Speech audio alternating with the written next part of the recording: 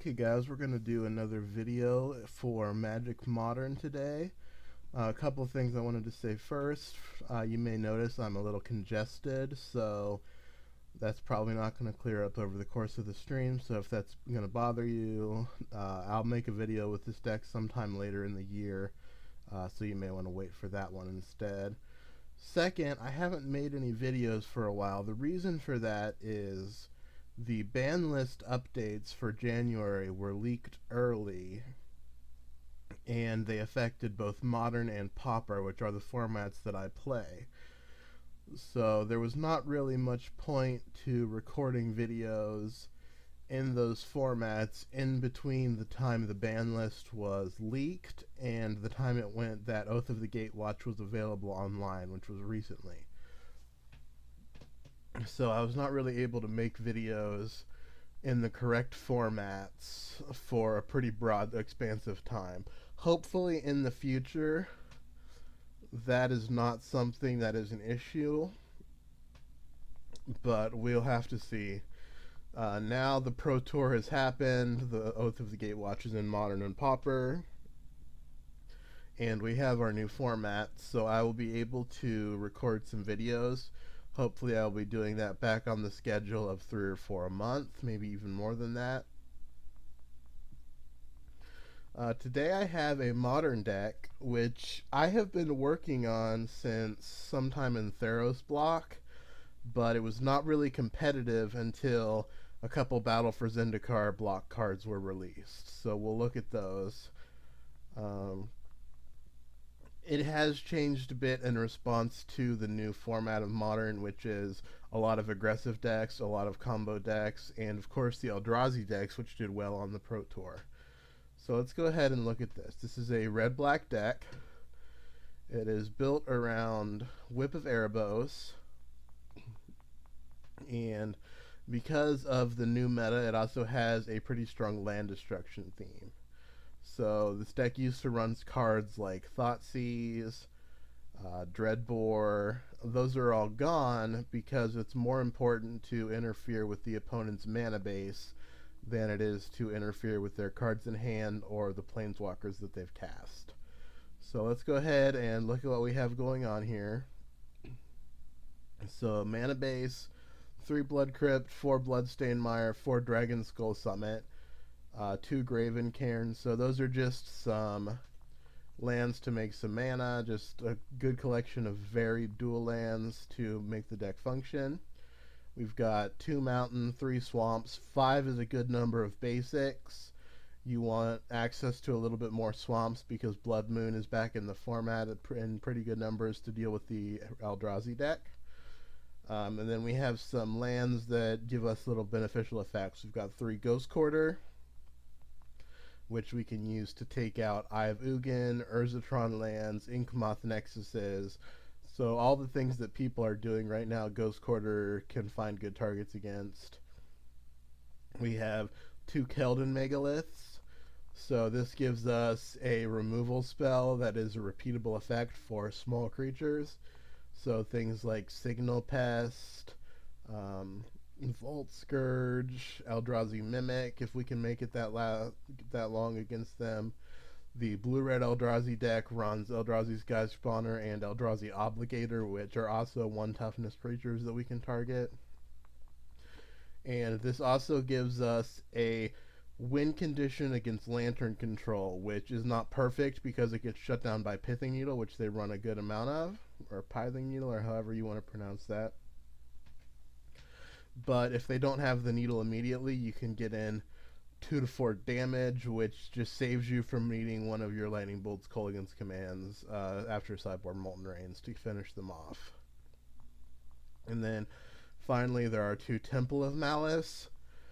My theory in Modern is that if you're playing a more controlling deck, you generally have room for about 3 to 5 comes into play tapped lands, and that is a resource that you should be looking to capitalize on if you can afford to.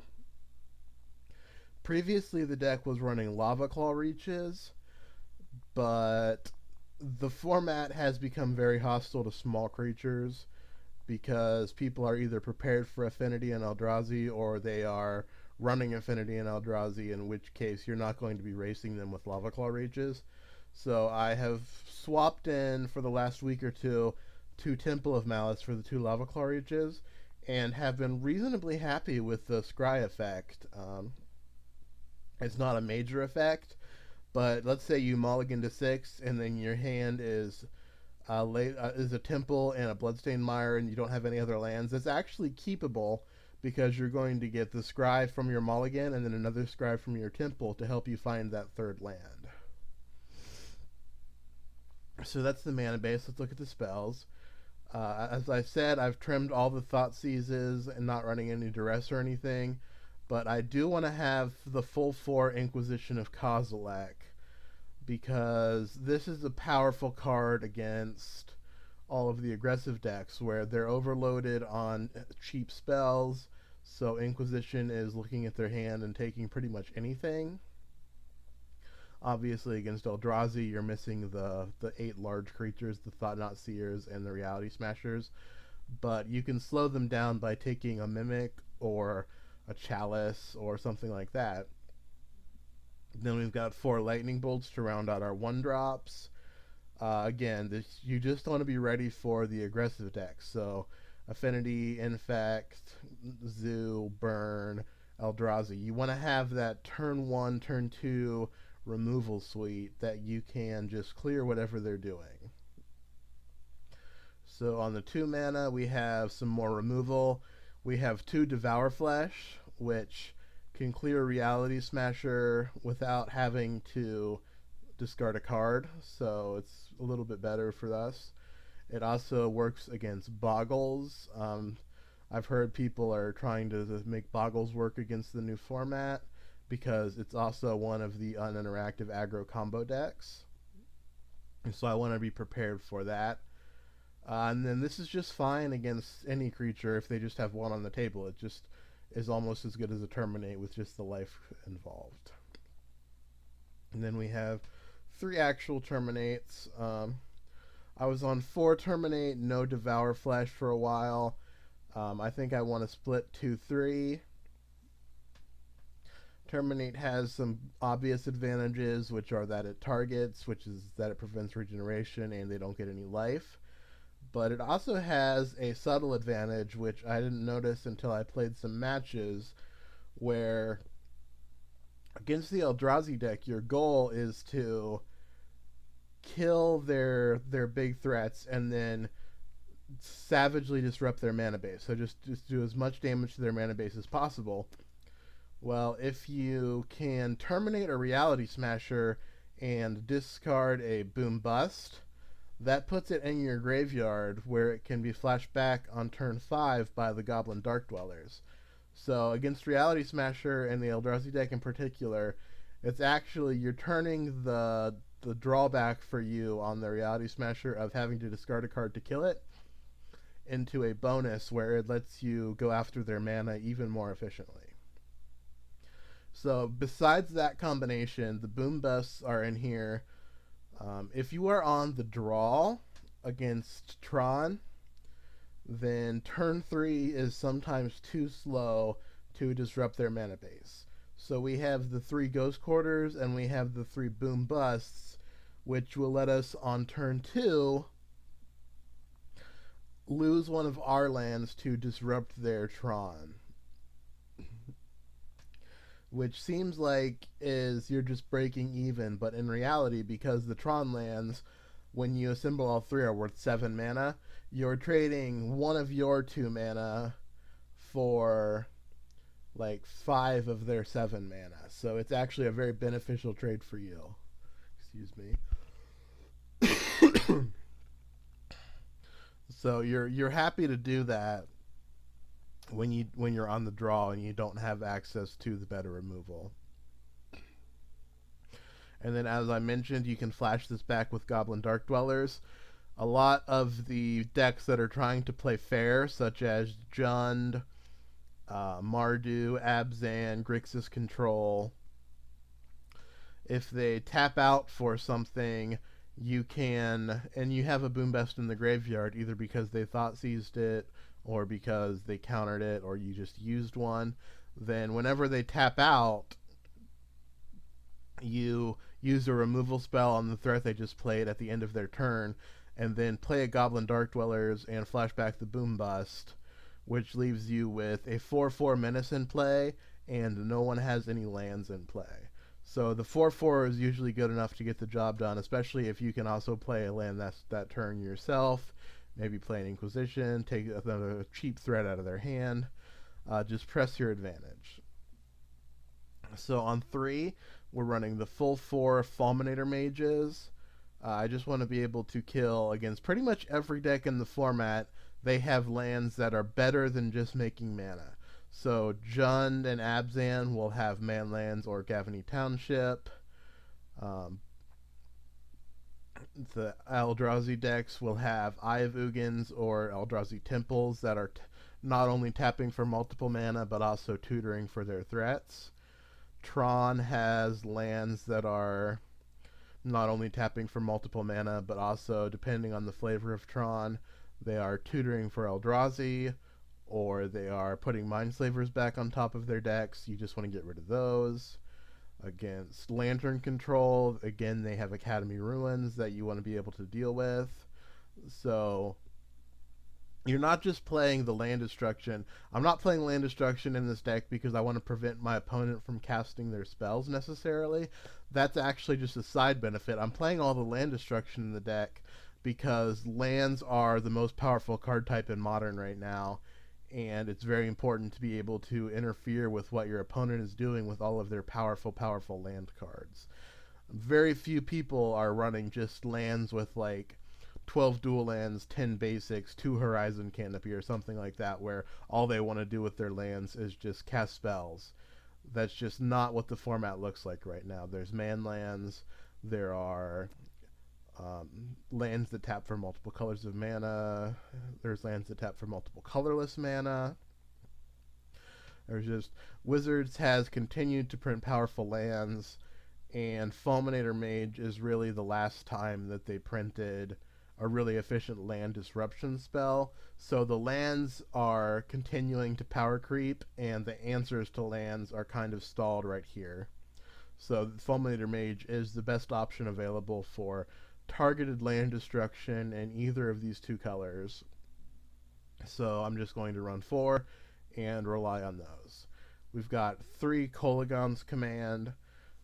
I think running 4 of these is defensible now because of how much affinity is expected to be part of the metagame.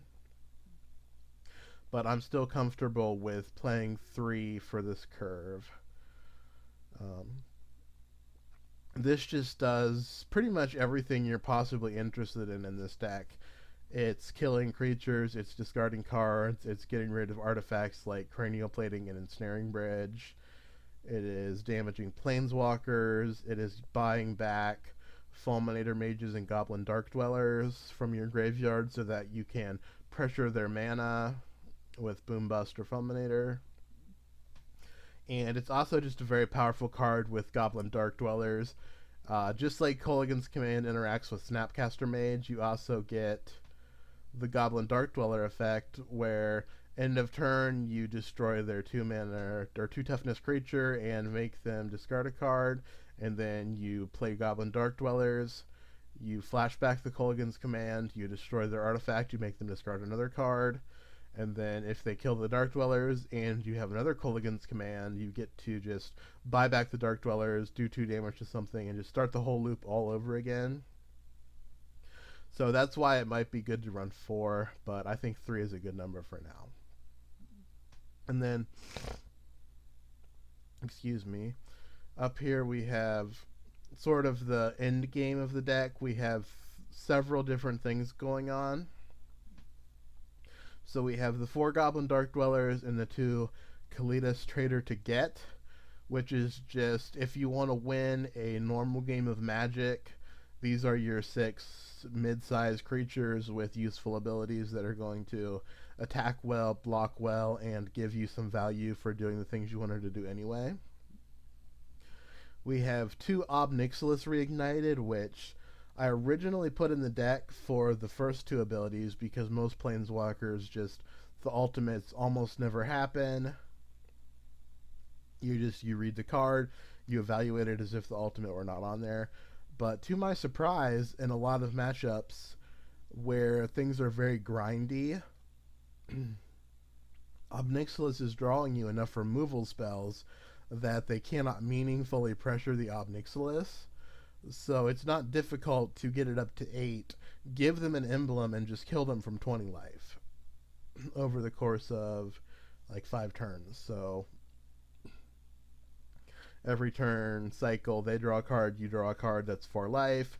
5 turns later, if they haven't had any life gain, they're just dead. If you have another Obnixilis you can play, it just accelerates that even farther. And then this is the original core of the deck, which has been trimmed back from 3 Whip of Erebos, 4 Volcano Hellion, 4 Boros Reckoner, to just 2 main deck Whip, 2 main deck Volcano Hellion. The interaction between these cards is Whip gives all your creatures lifelink. Volcano Hellion is a creature. When it enters the battlefield, you do any amount of damage of your choice to target creature and to yourself. Because it has lifelink from the Whip, you gain back the life that it does to you, so you don't take any damage. You also gain back the life that it does to the target creature, so you gain the life of a number of your choice.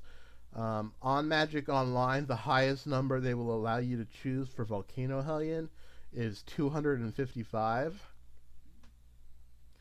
That's just for whatever reason. It's the easiest to program or whatever.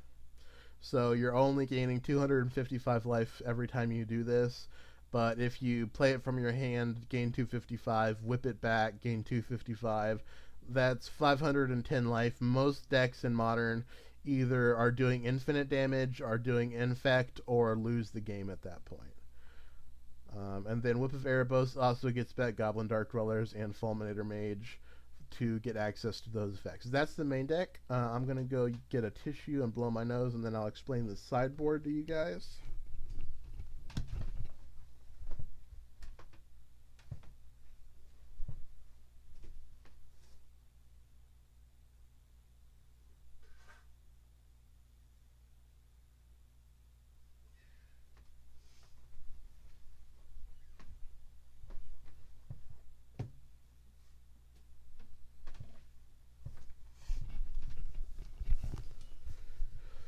Okay, sorry about that. So let's look at the sideboard. We have, first of all, just some ways to strengthen what we're doing in the main deck. We have a 3rd Whip of Erebos, a 3rd Volcano Hellion, and 3 Molten Rains. So we're just able to have more access to the life gain strategy, have more access to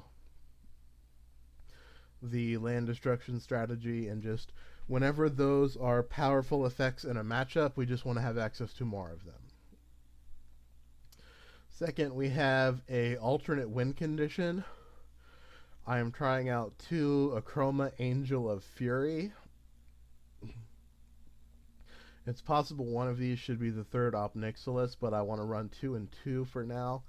The appeal of Achroma is it is playable as a 2/2 for 3 mana, which is not a big deal, but in some matchups you need to be able to get onto the board in the first couple turns of the game, just so that you can like trade with a Goblin Guide or whatever. So that's an added bonus. It's not really the point of the card. The reason that I'm running this card is it is very difficult for decks without black removal spells to kill an Achroma. It does not die to Path to Exile. It cannot be countered. Does not die to Detention Sphere. Does not die to Abrupt Decay, Condemn, Journey to Nowhere. It attacks easily for value past Ghostly Prison.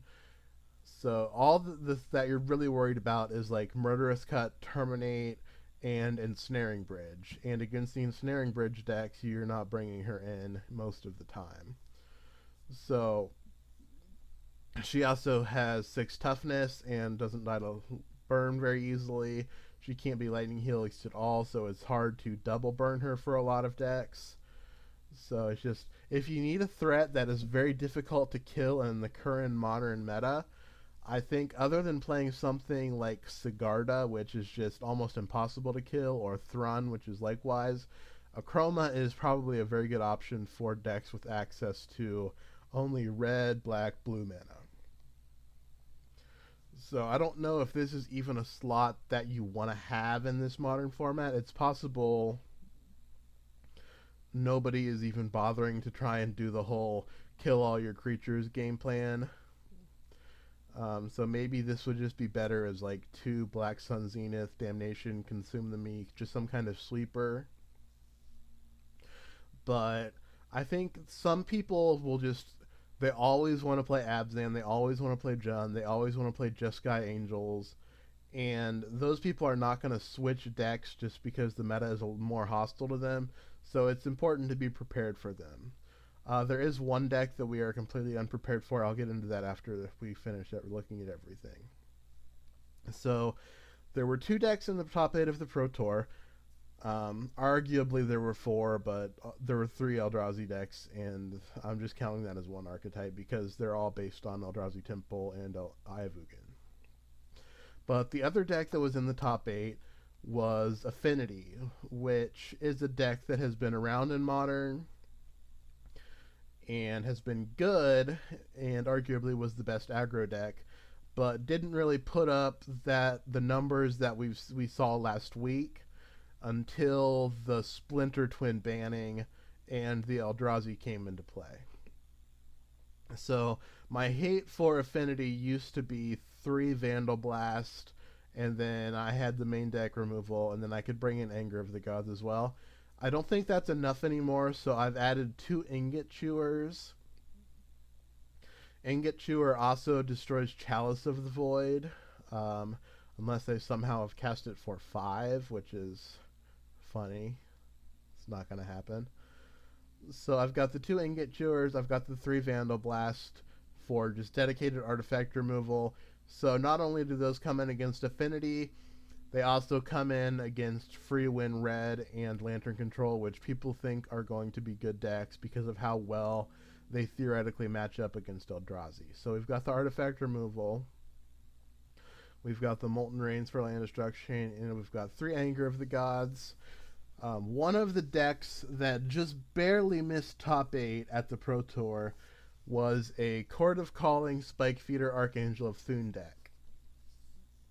So I could run a dedicated sideboard hate for that, which would be Tainted Remedy, or I forget, I think the other one is called Reign of Gore, which does basically the same thing. But I also want to have more slots against decks like Affinity, so I'm running Anger of the Gods instead of dedicated hate for the Court of Calling decks, because Anger is very good against those decks. It's very good against the Malira versions as well and the Collected Company Elf decks, but it just can also come in against Affinity and Zoo and all that stuff. So that is the deck. Deck tech was a little bit longer today, I believe, but we're going to keep it one video. We're going to go ahead and jump into some 2-mans.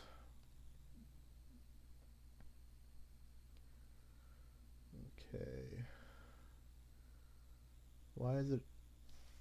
Okay, so Magic Online, I have selected Constructed Tournaments, Queues, and it is showing me Drafts. Okay. So that's just some quality software that we're used to. Gonna go ahead and close the pane. Okay, so this opening hand, we have no clue what the opponent is playing. If one of these Ghost Quarters were a black or red land that would enable Terminus and Fulminator Mage, I would keep this. As it is, it's a little bit iffier, but I think I'm going to keep it anyway because I have... Okay. Because I have some stuff that interferes with the Eldrazi deck. So I'm just going to get rid of this, let him have his waste, or his colored mana if he's on the blue-red plane, which looks like that's what he's doing. And I don't really care that I'm back. Okay, he has another Ivu again. Interesting. Okay. Um, that play would have been good against the colorless version. It's obviously less good against this version because of all the 2 and 3 drops. He has Ruination Guide and Vile Aggregate.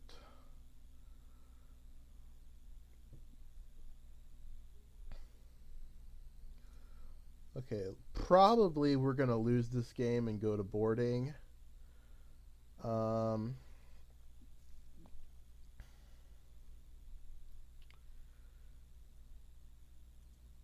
Yeah, I'm willing to play this out for like 2 more turns, simply because at that point we will either be dead or in control of the game. Okay, so he draws another creature. I think that is enough for me to call it. I'm going to see what my draw step is, and then I'm going to scoop the game, unless it's something just incredible.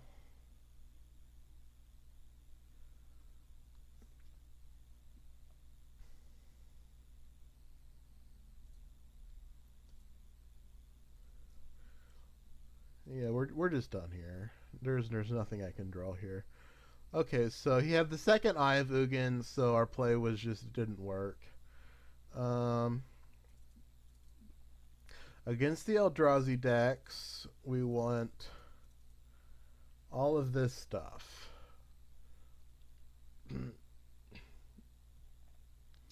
We don't want Inquisition. Actually, we might want Inquisition. It might be better than Anger of the Gods.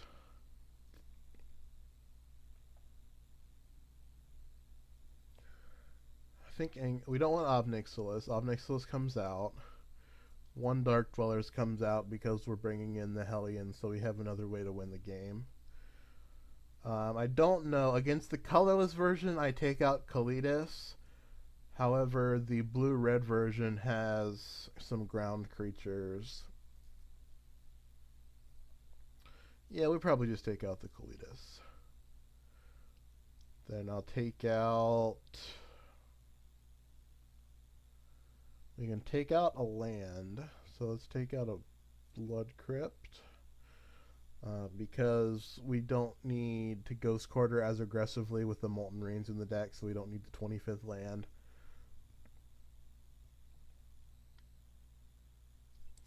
And then I think we either are going to take out the Devour Fleshes or 2 Inquisition of Kozilek.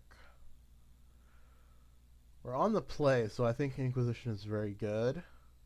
So I'm going to take out the Devour Fleshes, and then I'm going to try and remember to board those back in next time.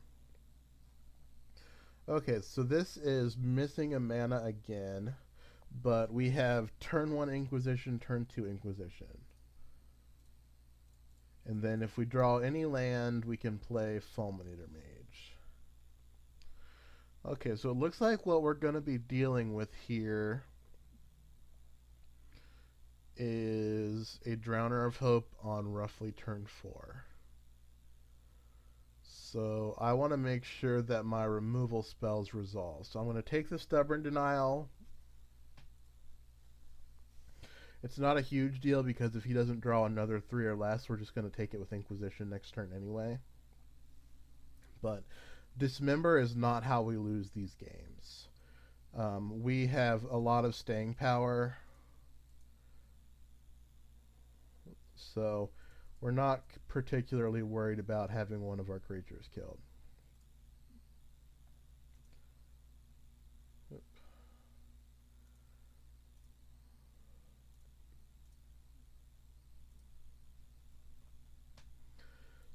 So we need to draw a land. If we draw a land and can Fulminator this Eye of Ugin, we're actually in good shape. This is a Thought-Knot Seer. Endless one for 4. Okay. That is actually better for us. Okay.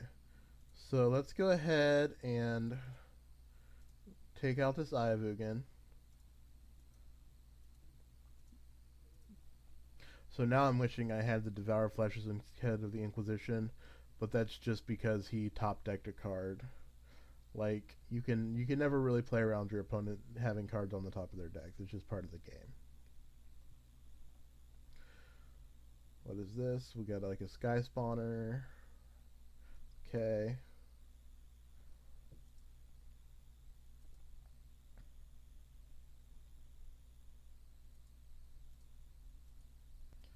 Let's go to 14. Okay, cool. So we hit our 4th mana. That's like the threshold for the deck to function appropriately. So we have 2 options here.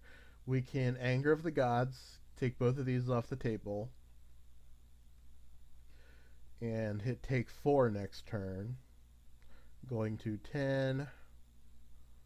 Then he plays, let's say, another double land, has 5 mana. Or we can play Volcano Hellion, kill the Endless One, go to 10, block the spawn, go to 8. I think that is better.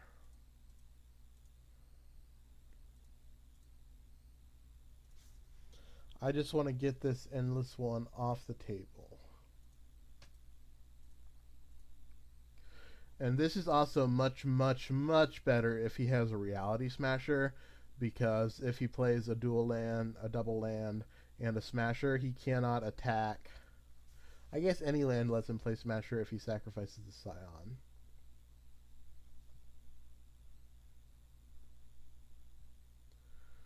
Okay, so Vile Aggregate, alright.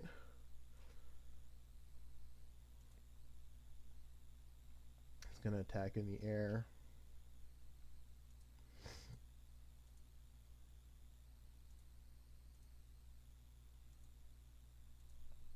Can't pay 8. Okay, so we can play Volcano Hellion, kill the aggregate, take, which puts us to 3, take 2, go to 1. I think this turn I'm going to use Anger of the Gods.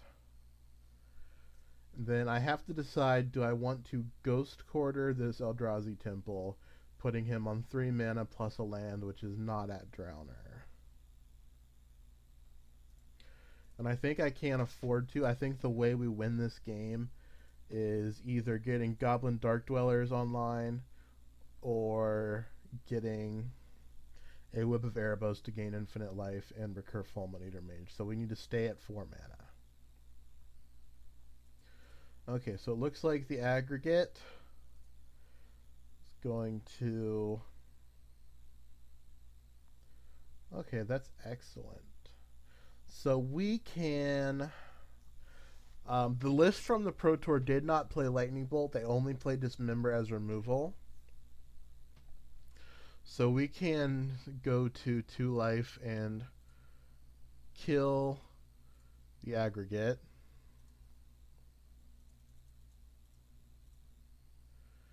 Which puts us at 2. So next turn... let's assume he plays the Drowner of Hope here. Actually, yeah, he's going to play the Drowner of Hope here. We will terminate the Drowner, pay Echo on our Hellion.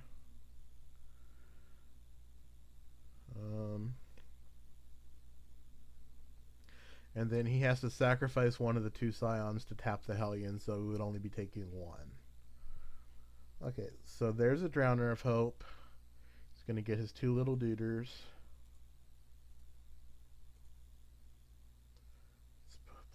Let's go ahead and pay that.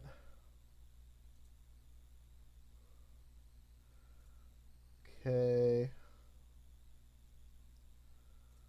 I'm going to go ahead and terminate this now while he's tapped out, in case he drew another Stubborn Denial.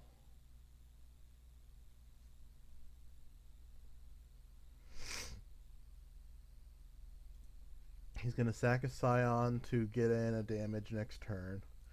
So there are still a couple ways that we lose this game. One of them is Eldrazi Obligator will just instantly kill us.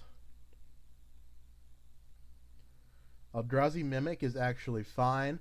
That is the opponent's last card. We're going to take 1 damage, go to 1, and then play Anger of the Gods to kill both of his creatures. Oh, okay, that's interesting. What does that line lose to? What does it beat? Let's say we Anger of the Gods, and what does the opponent have to top deck? Reality Smasher is their only threat with haste. If we play Whip and go to 7 and they play Reality Smasher, that's going to trigger the Mimic and we're going to die anyway. So I'm going to go ahead and do this, and then I'm going to not attack. So this way we don't die to Reality Smasher, we only die to Obligator. Okay. So now we're going to go to 7. We can attack and not die to Smasher. So opponent has 1 turn window to draw exactly Obligator.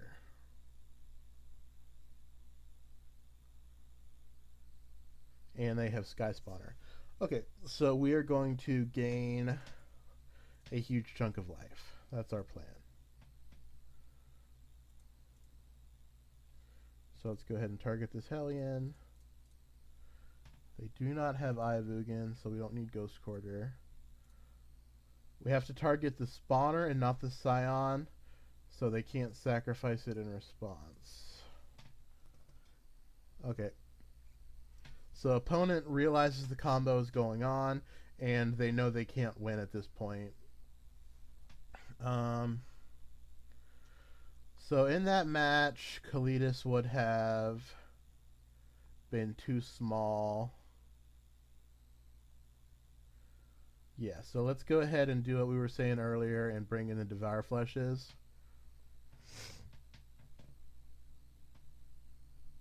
Actually, now that I think about it, we may want to have boarded out a Lightning Bolt for the 3rd Inquisition.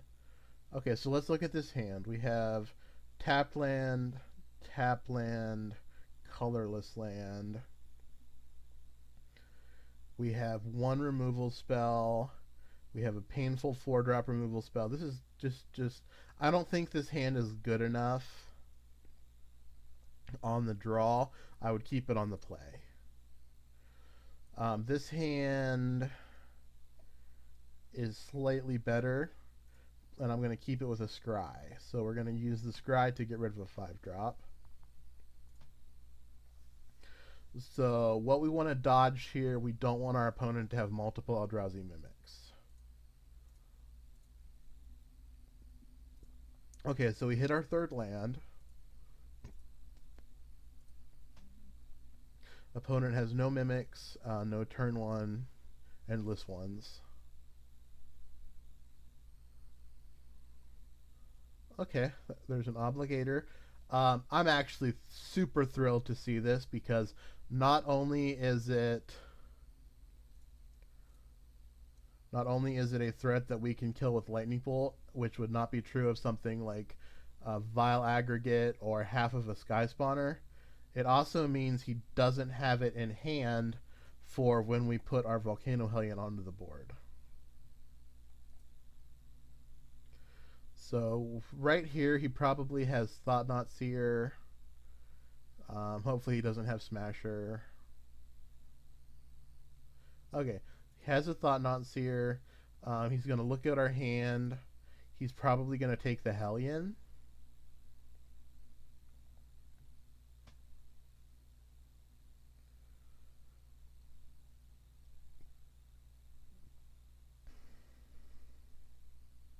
Yeah, so he takes the Hellion, and he has a Vile Aggregate, okay.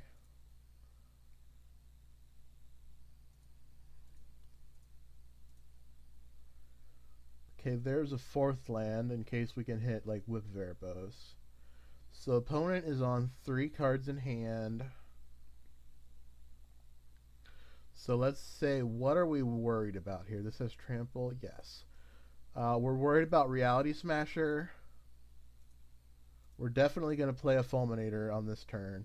Our decision is, do we want to immediately sack it for the Ivugan, or do we want to block the Thought Knot? And so this is our decision right now during the upkeep.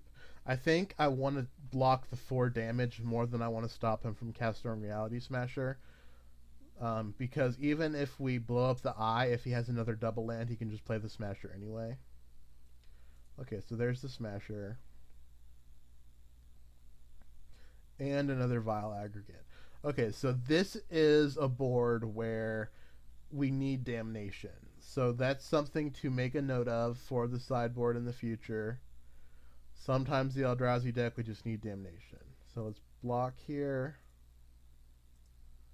Blow up his eye. Get ingested.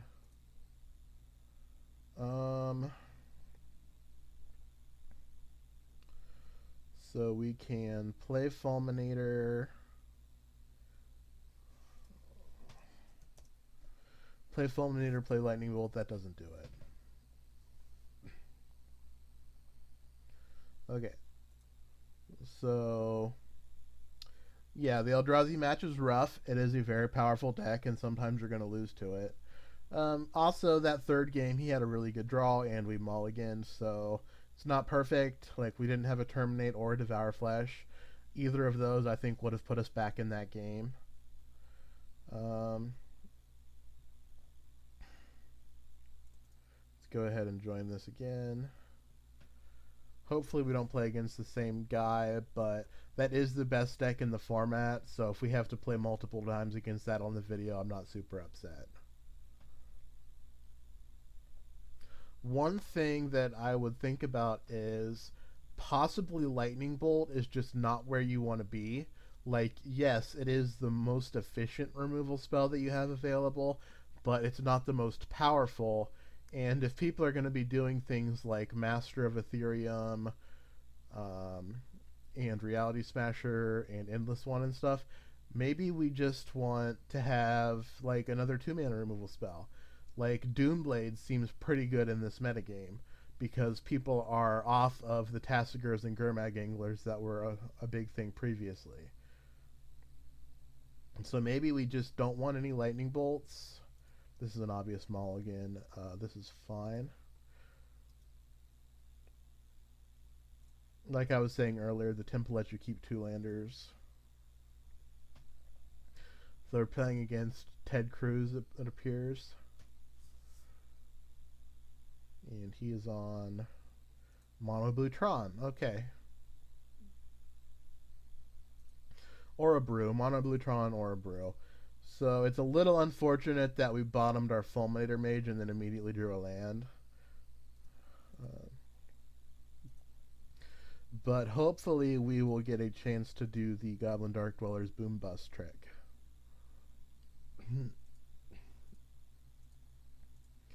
Okay, I'm going to... Okay, so here's what our options are. We can cast Boom now, trade the basic mountain that we get off of Bloodstained Mire for his Urza's Mind. Or we can let him activate Expedition Map, play another land, and then play Boom, targeting one of his Urza's land and our Mire, and then sack it for a land. And I think that's a little bit greedy. If he had mulligan to like 5, that would be a different situation. But I'm just going to cast this, and because we have the Dark Dwellers, I'm totally fine with him having Condescend or something here.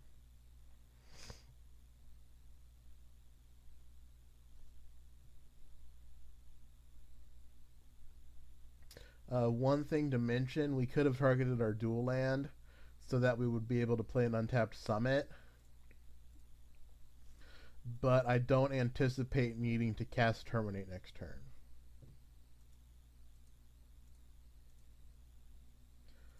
So yeah, he doesn't have any creature. We're just going to play this. Yeah, I really wish we had that Fulminator Mage. That would be very useful here. That's just part of playing in the dark. Game 1, you don't know what to keep with your scries. Okay. Play a tapped crypt.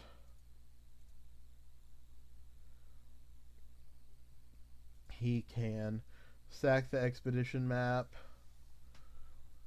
go and get a Tron land. He doesn't want to. He has it in hand. Yeah. Okay, so our choice here is play Whip of Erebos, let him achieve Tron, and then try and terminate what he plays. So the blue Tron decks doesn't just play Worm Coil and Karn and Ugin. They also have things like Platinum Angel. However, Whip of Erebos doesn't really farther our game plan in this matchup. So I'm just going to set both players back in important land, let him get another island.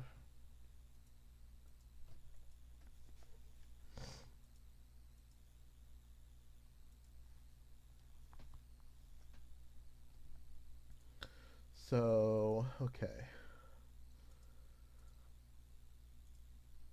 So now we don't have anything better to do. I'm going to play the Whip. Notice he is one land away from Wormcoil Engine mana, and he can just crack the map to go and get his Urza's Tower or whatever. It's possible I should have kept Terminate, which would let me terminate the Wormcoil. Okay, I am going to go for the Boom Bust. He probably has a counterspell here.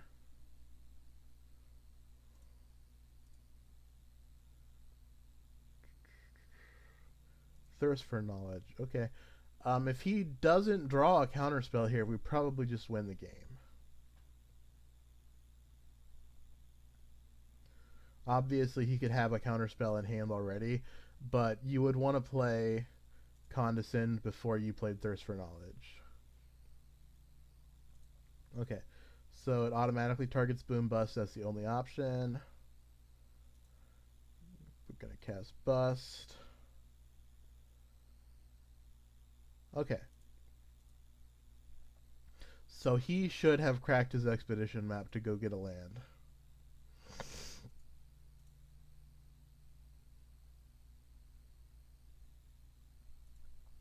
Unless he just has all lands in his hand anyway.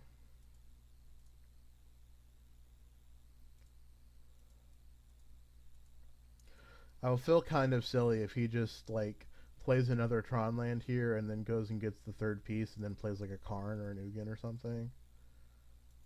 Okay, so we're not drawing lands, but he's not drawing removal. So he's going to crack his expedition map. He's going to get a power plant. That's bad news because we've already killed 2 mines, so him getting power plant implies that he already has a mine. Unless he's just not paying attention. Okay, so here's a Treasure Mage. Probably goes and gets Wormcoil Engine. I'm assuming at this point he just has access to Tron, so we need to draw exactly Ghost Quarter. Okay, Mindslaver. Interesting.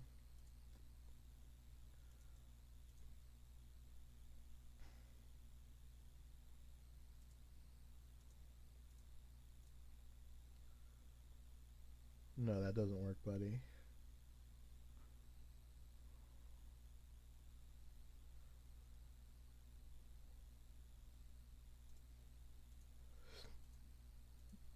Okay, so we just need to fade anything for 2 more turns.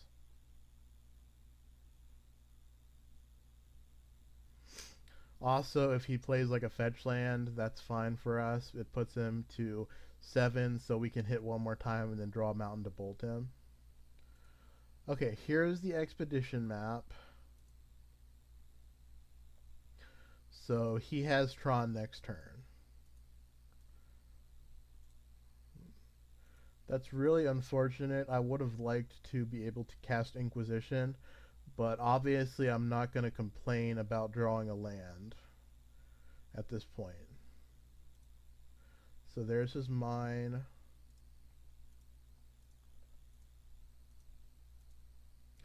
So let's just see what he has access to.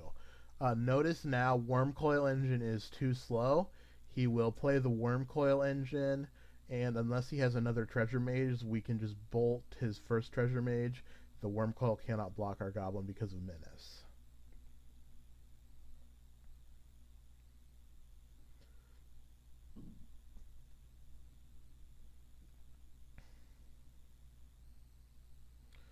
Okay, here's Ugin. I believe Ugin is going to -5. Yeah, this would make sense for the attack. Ugin is going to -5. And then depending on what we draw, I probably am just going to Lightning Bolt the Ugin.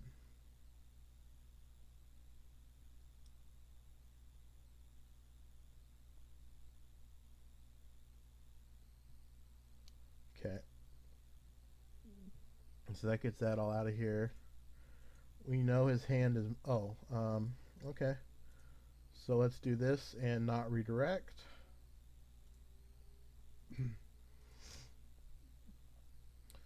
So he's going to play Mindslaver, but he's sitting on 9 mana, so he needs one more land to activate it. Like, I don't think our opponent has missed a land drop this game for like 11 turns. So that's kind of annoying for when we're playing a land destruction deck. Okay, so there's a Platinum Angel.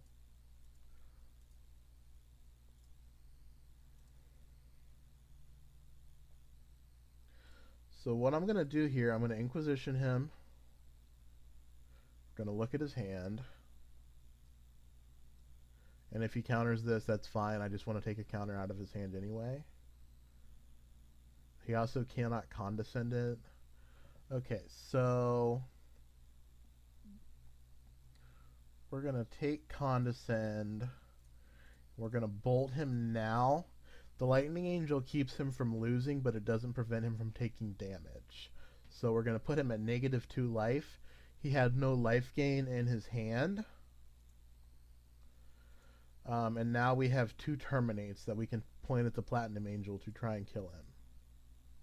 And so what's going to happen is next turn he's going to play Mindslaver. We're going to terminate the Angel. He's going to remand it. Or he may just use the Mindslaver.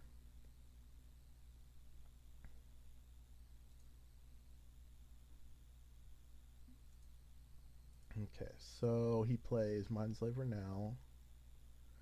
And we have to kill him before Ugin ultimates. That's our clock. He has 1, 2. We have 3 turns to kill him. So he's going to play Mindslaver and activate it.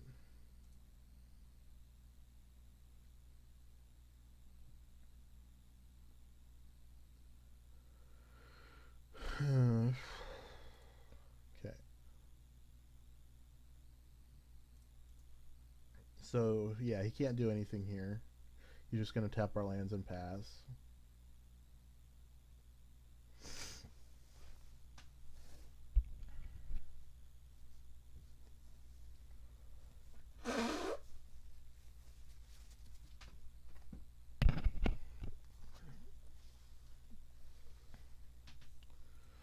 Okay, he can recur Mindslaver, but he can't use it again.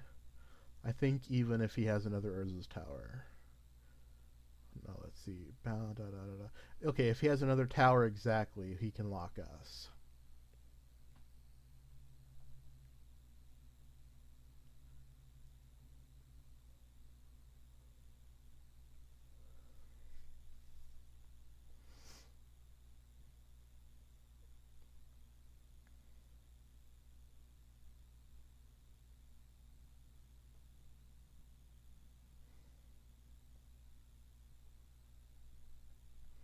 This is a very unusual game. The boom bust and the goblins and then this flashback boom bust, I wouldn't have expected any of those to resolve, much less all 3 game 1 against Mono Blue Tron.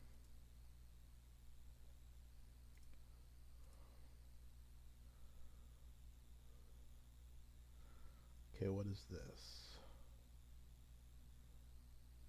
Oh, that's wow. Um,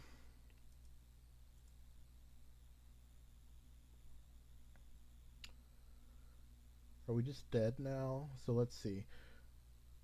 We terminate Platinum Angel. He plus twos Ugin, remains terminate. Terminate Platinum Angel again.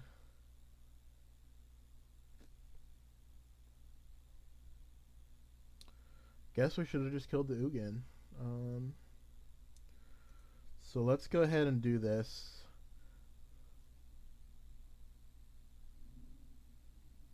If he puts Mindslaver back on top, I can respond by killing a Platinum Angel. Actually, yeah, we're just dead. That was really unfortunate. Like, yeah. He just didn't miss a land drop the entire game. So Ingot Chewer's in, Achroma's in, Volcano Hellion out, Molten Rain in, Vandal Blast in, Devour Flesh out, Lightning Bolt out, even though it was close to good that game. Kalidas is out, Molten Rain. Okay, how does this look? Yep, let's rock this.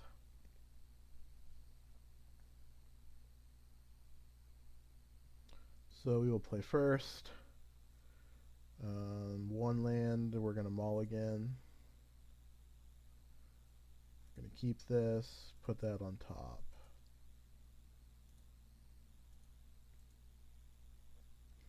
And I think I'm going to use these Ghost Quarters pretty aggressively.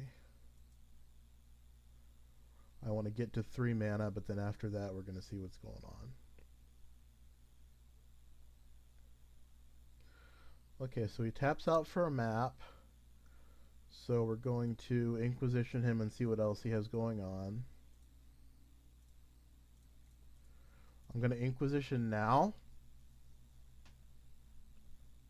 Because if we can take a counter and he taps out for something, we can command the map. Which is not a crippling play, but it slows him down a little. First game was just weird. I'm still confused as to like how all that worked out. Okay.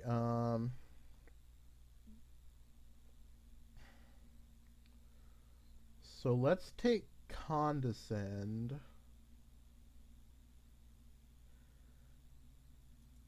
And let's see if he plays Talisman.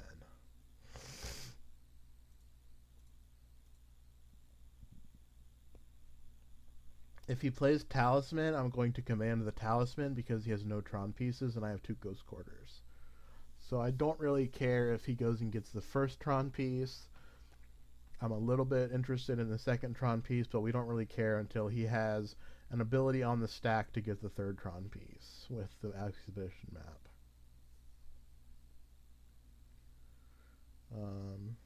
Yeah.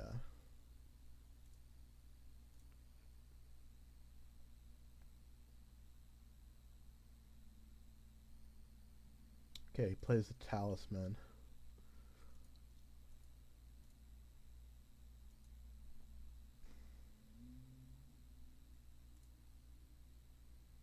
Okay.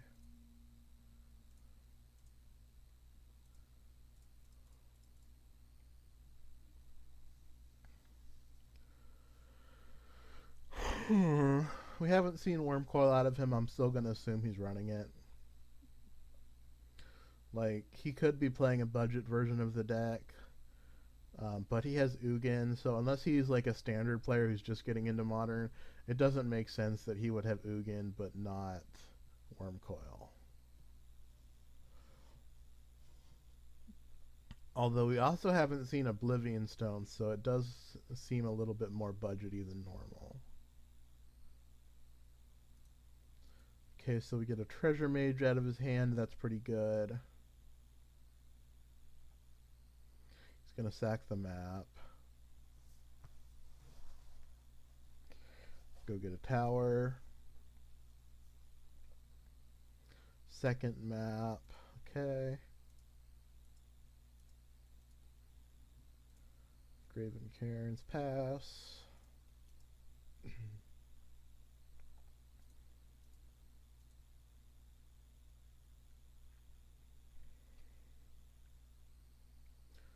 Sack the map. Go get a mine. Okay, so we have some interesting thoughts here. We know our opponent has remand.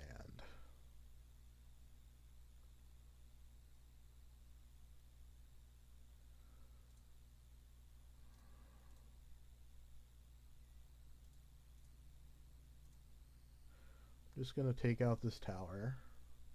Actually, I should have taken out the mine because now I can cast Thirst for Knowledge. That was a mistake. So I guess we're going to cast this face down to make him use Remand so he can't use Thirst for Knowledge.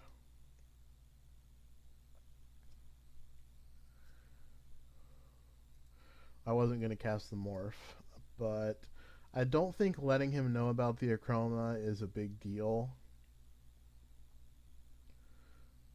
Because, like, what's he going to do? Just never counter anything so that he can try and get it face down? It's just, it doesn't really influence his play.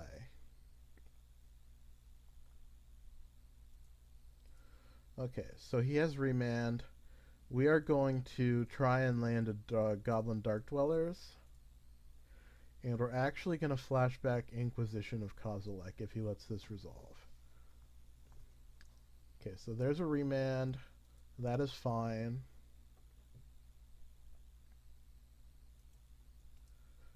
We didn't have like good targets for anything, so we just need to make him use his counter magic is just the deal. So let's see if he plays another Urza's land here.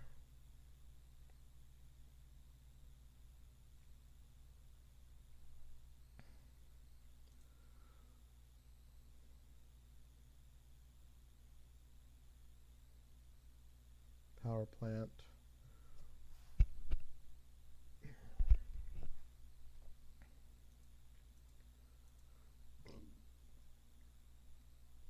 Okay, so we're going to take him off of Urzatron because we drew the 6th land.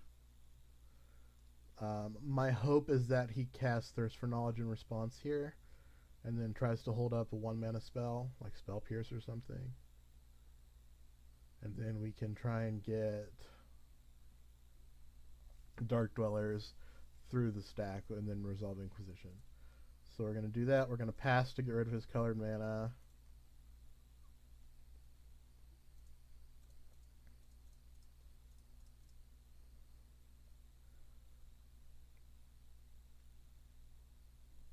Okay, so here's a counter spell.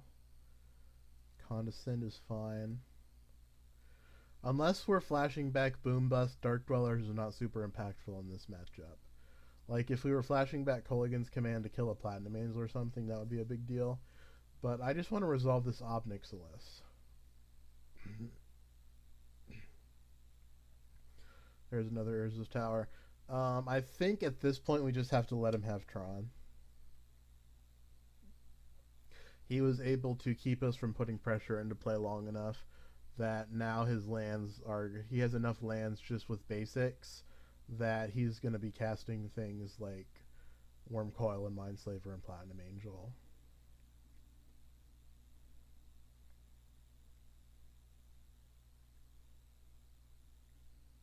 Treasure Mage. So let's see what he gets here.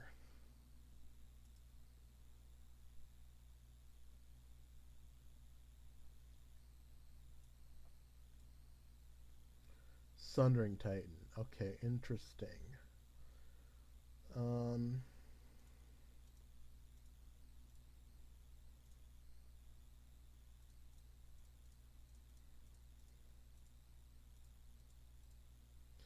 I think if this Ob Nixilis gets countered, we're dead.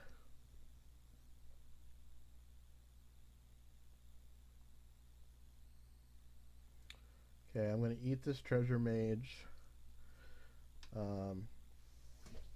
If he plays Sundering Titan next turn, it's annoying that we can't kill the Sundering Titan immediately. Okay. He may just discard Sundering Titan to Thirst for Knowledge and have it in the graveyard to use later with Academy Ruins. Depends on what mana he has in his hand. The opponent is just very good at never missing a land drop. So the land destruction has not been very effective against him. Okay, discards Platinum Angel, still has Sundering Titan. So let's see. If he plays a Tron land, plays a power plant, he will have access to Sundering Titan plus 3 blue mana. So yeah, I think we're in trouble if that's what's going on. Okay, doesn't have it. 1, 2, 3, 4, 5, 6. We're off of a chroma.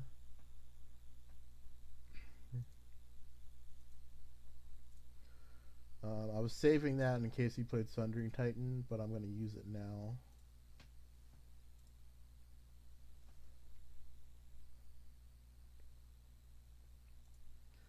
Okay, let's try and resolve this.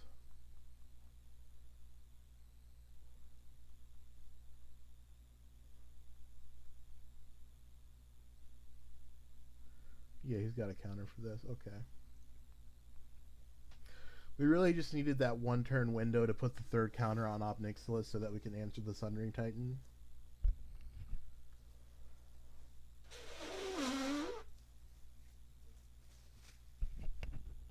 We're going to lose 4 lands,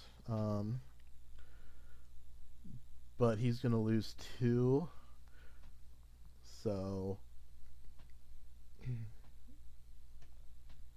I'm going to go ahead and play the Morph to Chroma here. This gives him an opportunity to counter it, but Sundering Titan is going to come down pretty soon, if not next turn. So we're never hard casting her for 8 this game. But we might be able to get to 6 mana and flip her. Okay, he's going to anticipate to find an 8th land. It doesn't have to be a Tron land.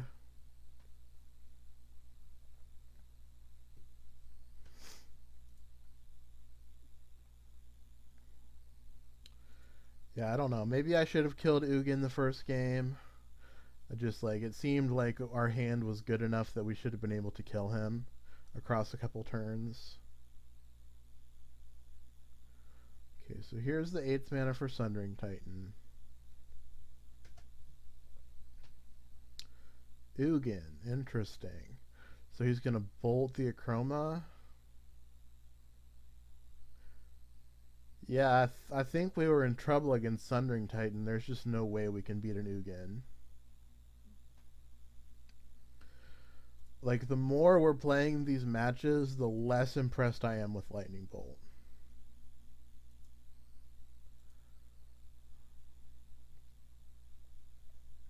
We could have, like, Hero's Downfall or Dreadbore or something.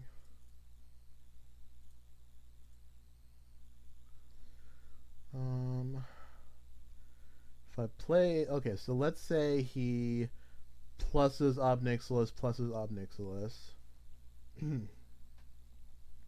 Is that more likely than -5? I think it is, so I think we need to play the whip to convince him to minus. But I believe this game is over.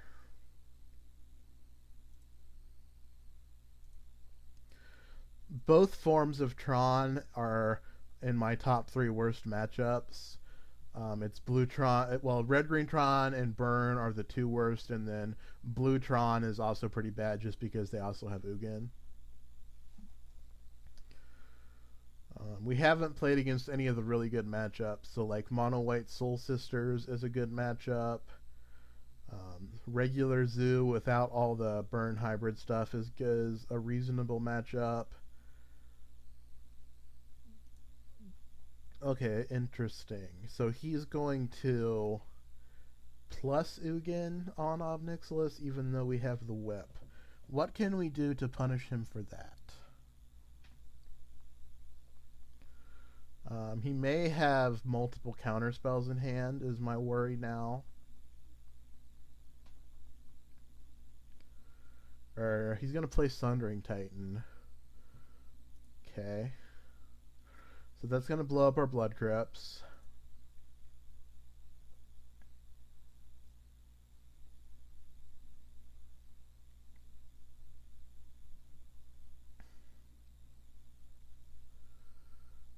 Okay. This is actually fine for us. Let's draw a card.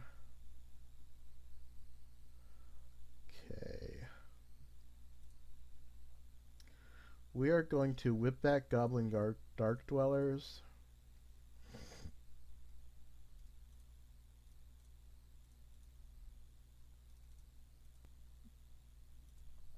I apologize, the new mana system is awful. We're going to whip back Goblin Dark Dwellers.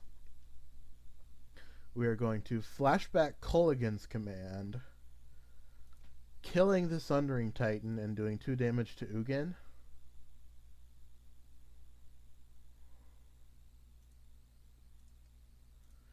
Then we're going to attack Ugin for 4. And I tapped this way because he can destroy our mountains and swamps.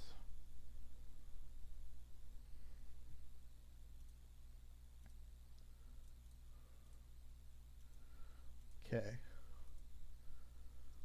So Ugin is now at 5. We're back to 20. My assumption is that Ugin will go to 7 and kill Obnixilis, and then we need to draw any untapped land to whip back a Chroma and kill Ugin.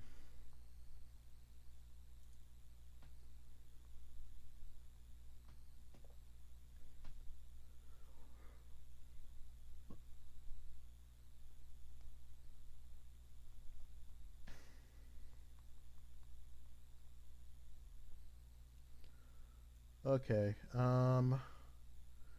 yeah, that beats us.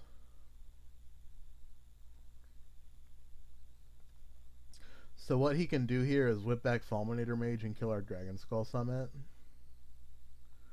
Or he can whip back a Chroma and just not attack. Or he can Kolaghan's Command or whip. So he has just nothing but good options. He can Kolaghan's Command, destroy a whip, make us discard whip.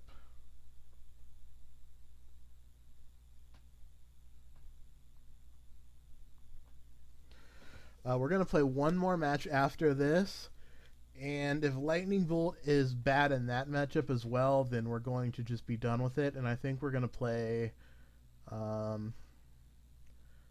Doomblade, 2 Dreadbore in that slot.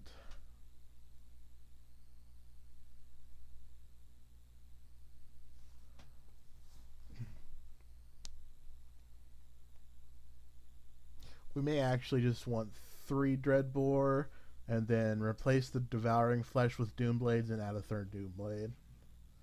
That seems reasonable as well. Okay, so he's going to choose for us to not find here.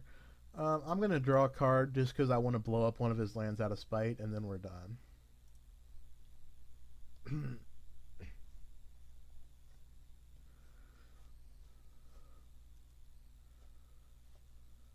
So, like, if we had Dreadbore in our deck, we would be very far behind, but we would still have an out to just kill the Ugin.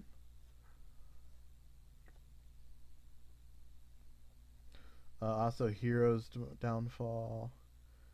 Okay, he has another Mindslaver. I'm off it. We're done. We're going to do something else now. Okay.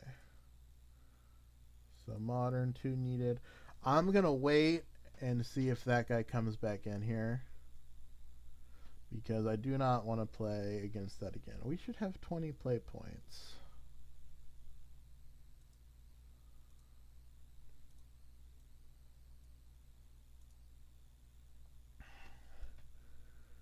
We had 30.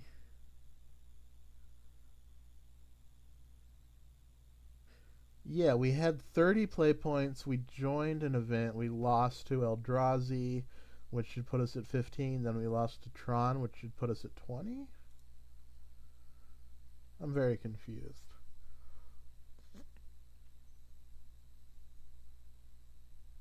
And Now Moto is dead. Okay, whatever. You know what? I'm just gonna change up the removal.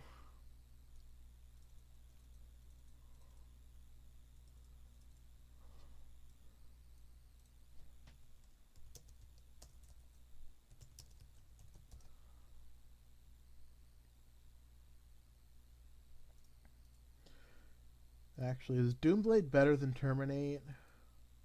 I guess if we have Ghost Quarters, it is.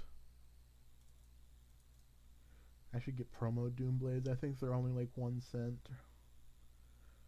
Okay, so let's run 3 Doomblade, 3 Dreadbore, 3 Terminate. I don't like that we only have 4 spells on 1 mana.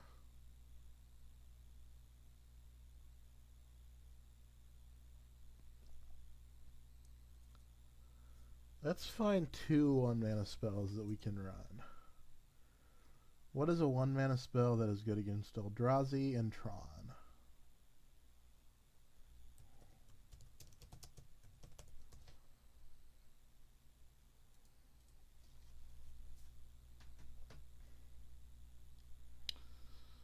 Could we just main deck Vandal Blasts? Is that a thing that I want to do? No, let's main deck Ingot Chewers. Let's try that. Let's try that, and then we can put the other 2 Dreadbore in the sideboard.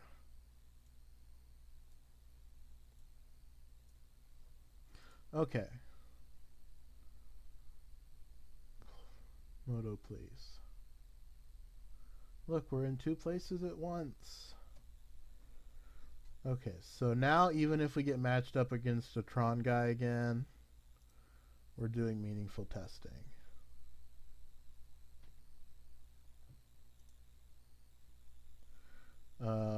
Keep. It's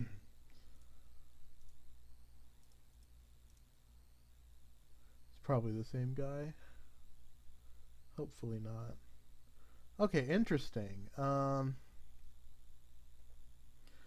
we have a spicy brew here. We've got these Celestial Colonnades that we just don't care about because our deck's all land destruction. I'm going to take the Coalition Relic.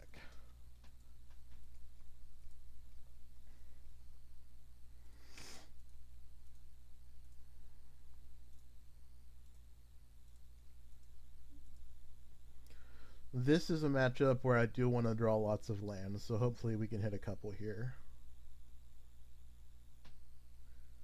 Spreading Seas. Oh no. Opponent's brew is spicier than we thought.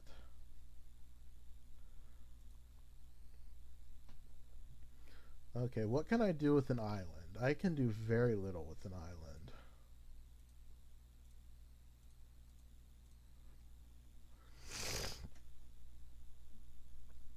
I can do less with an island than an opponent can do with the Celestial Colonnade. So hopefully we don't get spread again. What's going on here? Wall of Omens? Yes, okay. I'm fine with Wall of Omens. So opponent has Elspeth, which is interesting because I would assume the 6-drop of choice in this deck would be Sun Titan. But it's possible they're just running like a 4-in-1 split. Because 1 would be a pretty good number of Elspeths to have in this deck, I think. Let's go ahead and Inquisition. Oh, wow. So opponent is on mono Planeswalkers. So we have Dreadbores in our deck, which is pretty good. But we drew Doomblade instead, which is pretty bad.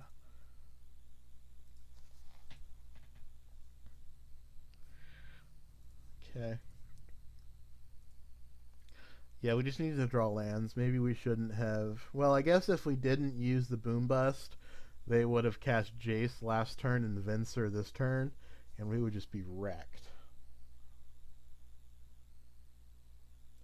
So here's a spot where Lightning Bolt would be better than Doomblade. Did I click through? Okay, apparently I clicked through and gave my opponent 3 cards. Which is fine because two of them don't do anything. I mean, it's not fine. We could have put both of these against Elspeth and he would just get Elspeth. But whatever. If I don't draw lands here, I'm dead anyway because he just has, like, mono 4 and 5 drops.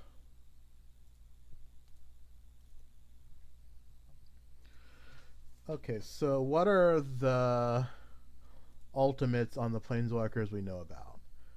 Cast cards from both players, exile permanents with Venser, make stuff indestructible with Little Elspeth, make stuff bigger with Big Elspeth.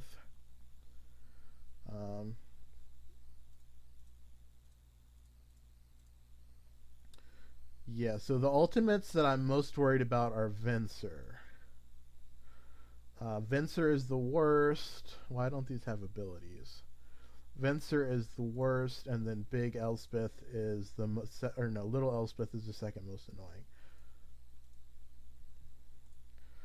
Okay, we're drawing lands. Opponent is drawing lands. You know what I think might be really good here if we can make him discard the Wraths? We're going to board in some Achromas, and our opponent is on blue-white control. Yeah, just have all the cards. I'm just giving him everything. I just want to get some more information. Like, wait, what? Oh, okay, he's flickering in.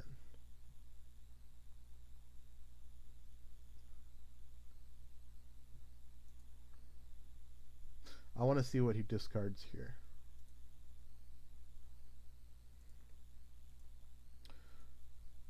Okay.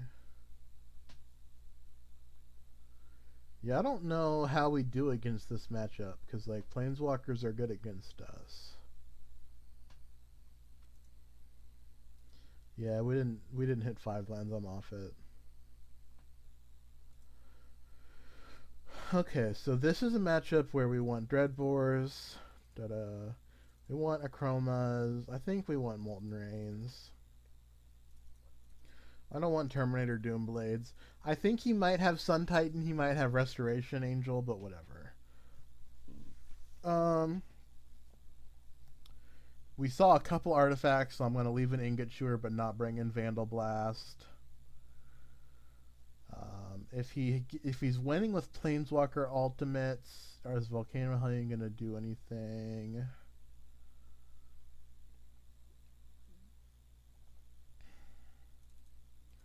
Probably not.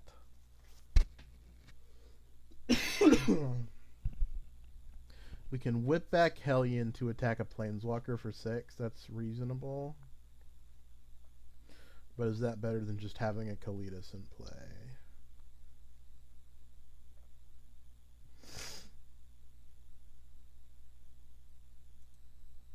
Okay, I'm going to run with this.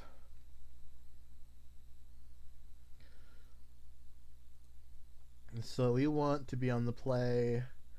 We have 2 Ingot Chewers, which seems pretty bad. I'm going to mulligan. This is really pretty questionable.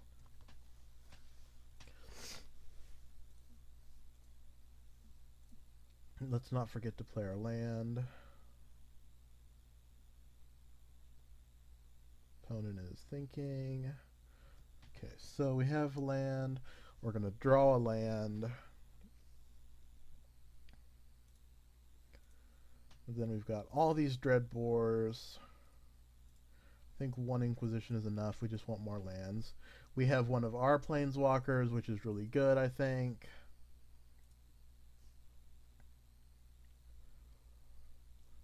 So I want to save 1 Dreadbore for a Venser, because I think Venser is the most threatening Planeswalker that he's going to be playing. We are hitting lands. That is excellent. Okay, so we're going to take Coalition Relic is our option, and he's got some Planeswalkers and a Supreme Verdict. So we've got these Kolaghan's commands left in the deck because they killed Jace when he minuses, and they buy back our Achromas and Fulminator Mages. If we go to game 3, I think because we have Kolaghan's command, I'm going to take the ingot chewers out and bring a Hellion back in and something else. Like, I don't know. Maybe we leave in one ingot chewer. Okay, so let's see if... Oh, he doesn't play Jace. He's going to hold up Cryptic. Well, you know what? I'm going to pass the turn. I'll just sit here, dude. Your deck has lots of instants. My deck has some instants. We'll just go back and forth.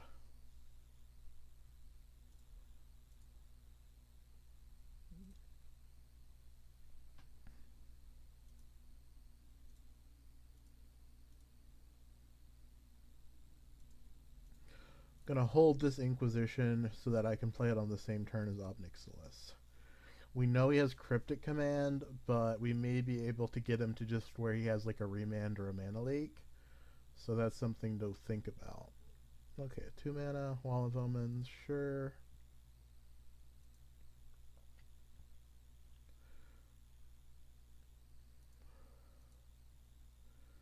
I wonder if he has Sphinx's Revelation.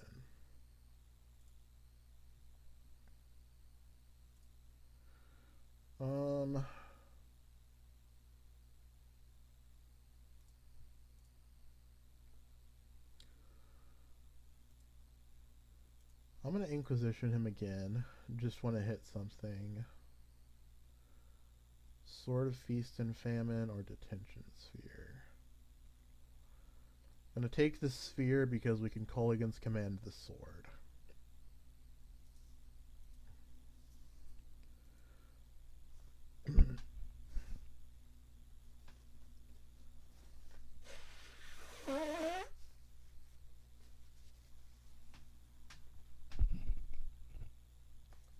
So what we're going to do here is command him to discard and destroy the sword. He is going to Cryptic that, and then we're going to land Ob Nixilis and start drawing cards. Oh, really? Wow, he just doesn't care about the sword at all. Okay. My next best guess for what's going to happen here is he's going to get to like 8 or 9 mana and play a Planeswalker. And we're going to Dreadbore it. He'll Cryptic. We'll Dreadbore it again and play Ob Nixilis. Dark Dwellers is best saved for later.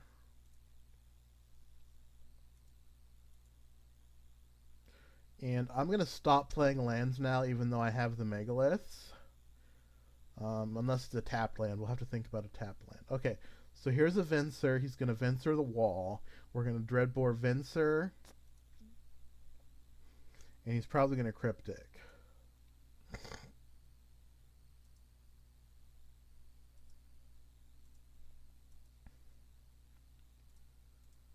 So, Dreadbore. Okay, that resolves, so I'm going to play Whip.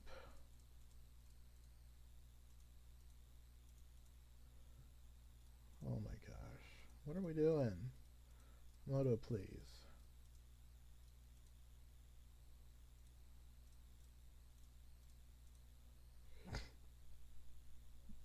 I think I clicked on the Dark Dwellers, maybe?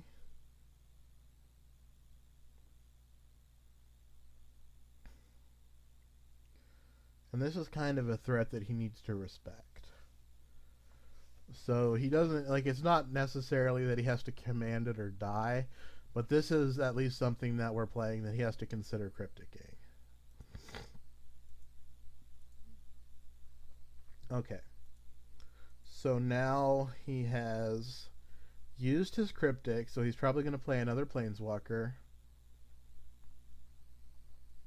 Okay, so this is Big Elspeth. Make some soldiers.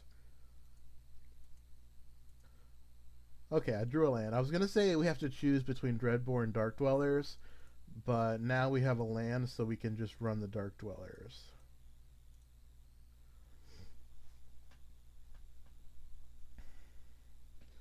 So if he has a counter, he'll counter this, and we'll Dreadbore Elspeth. Okay, so we're going to use the Dreadbore on the Elspeth.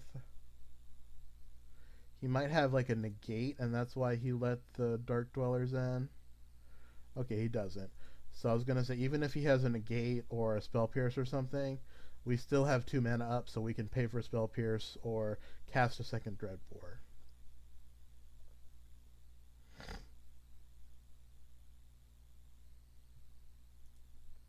Okay, there's an Elspeth again. Make some soldier. Oh, kill. Okay. Okay, we're fine with that.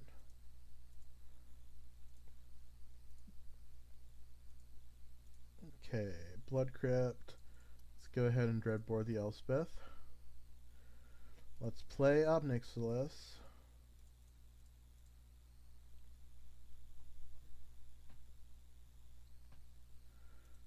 It's +1 Obnixilis. Play a land. So he's going to attack Obnixilis down to 3. We're going to plus it to 4. He's going to attack it to 1. We're going to plus it to 2. And at that point, we need to do something about the soldiers.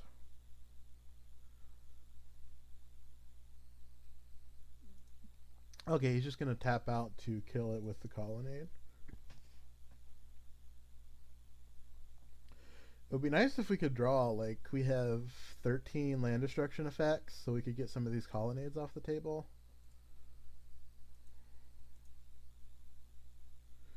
Okay, so there's one.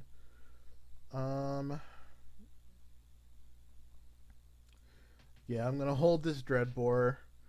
We're in a little bit of trouble at our life total. Like, we're gonna go to 10 next turn and blow up a Colonnade with Ghost Quarter. But we have this Megalith that we can use on these soldiers in a couple turns, so I don't think we're gonna die from just the soldiers.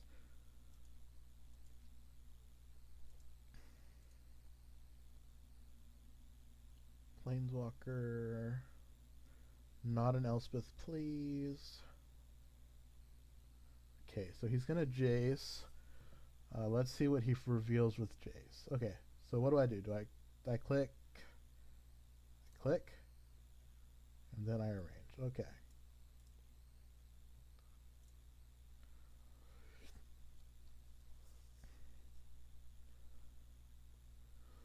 So that timely reinforcements does nothing, and he's got some lands.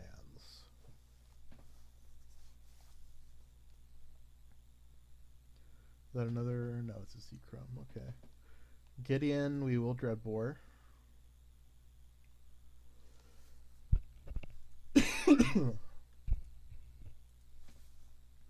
Oh, that sucks.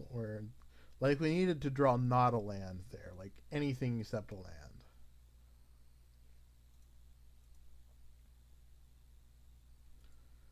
I think if we draw another land, we're dead. Can he activate both Colonnades? 3, 4, 5. No, he cannot.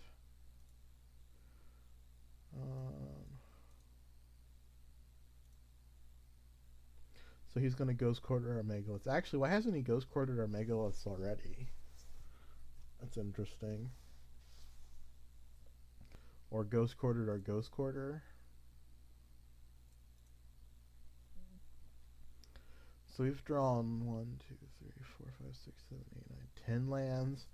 Like I said at the beginning that we needed to hit some, but 11 is a little bit excessive.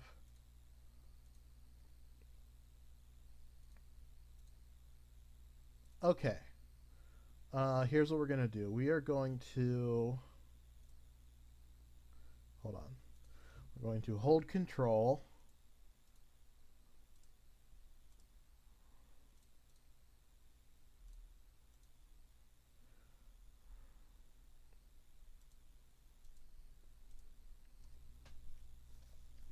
So this hopefully gets rid of both Colonnades. It at least gets rid of one. It's actually bad if he has a counter spell, because he can counter the boom and kill us with the other Colonnade, but we don't have a good option here. We have to get cards out of our hands so we can activate Megaliths. Okay, I'm going to do this now. No, I'm not. He can draw Little Elspeth and jump something, so I don't want to do it now.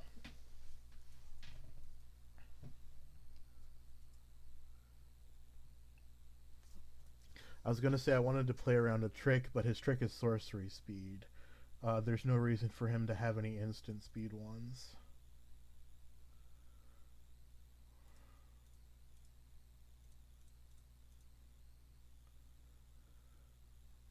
Okay, so he didn't Ghost Quarter our Megaliths when he had a Ghost Quarter.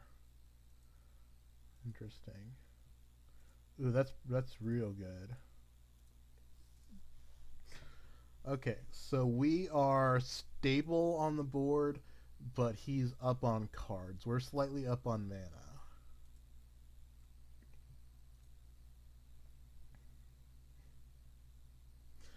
Like right now, we want to draw Goblin Dark Dwellers to flashback Boom Bust.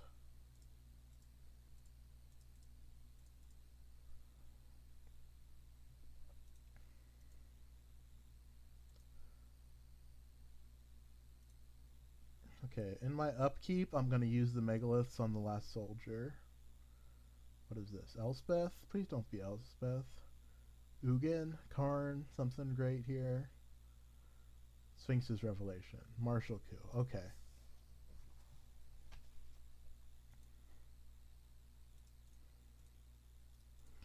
Now I'm not going to do it. I want to draw. Okay, so let's cast the Ingot Chewer.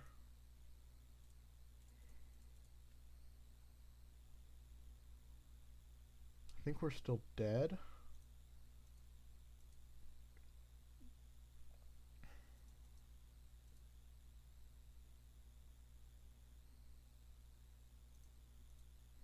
Yeah, we just drew like 5 too many lands that game.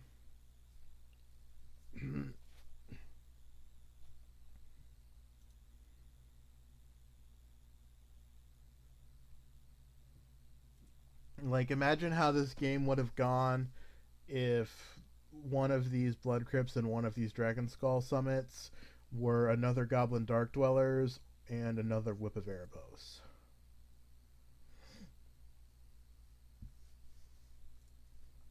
Okay, so that puts us at 20 play points, yes? Okay, so I will play one more match for you guys. Oh my gosh, Moto, please. I generally don't get salty about losing, but I get pretty salty about the software pretty often.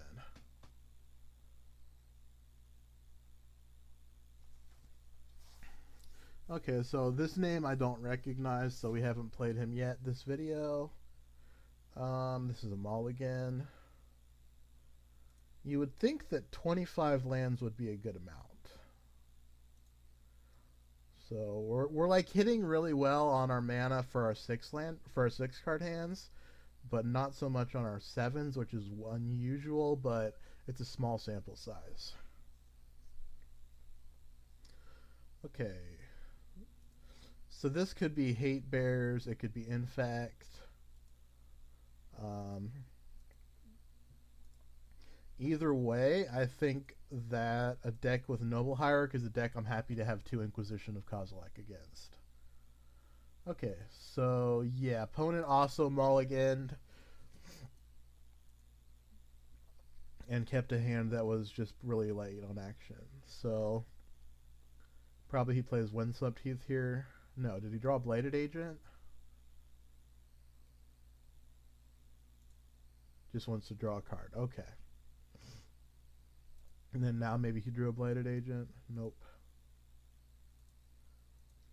I'm going to go ahead and Inquisition him again anyway, even though he probably has nothing.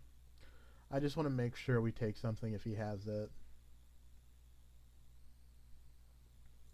Okay, so we hit a counter spell. That's fine. That's just totally fine. So yeah, we have a Ghost Quarter already. We have double black and double red. So we're going to Volcano Hellion, the Noble Hierarch.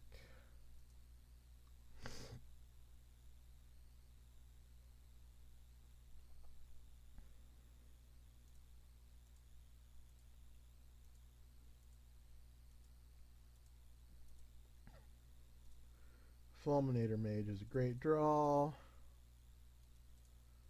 Have to do it like this.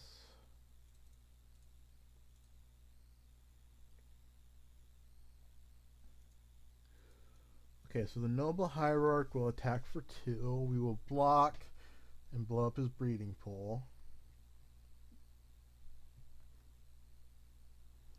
Like, we still don't even know if he's Infect. I have to assume that he's Infect because these are all Infect cards. But he could just be playing, like, some weird Bant Stompy deck or something.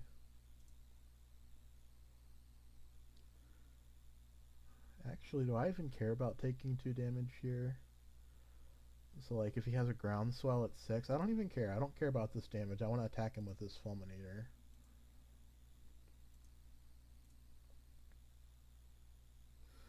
Like, we're just going to be hoping to pay the Echo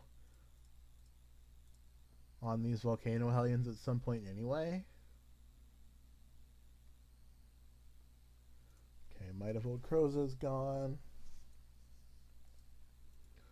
Yeah, we're just going to try and pay Echo on one or both of these Hellions, which makes Ob Nixilis very bad, but 6/5s for 4 can kill people. We need, like, we're just worried if he draws, I don't even know. I'm trying to think what he could draw.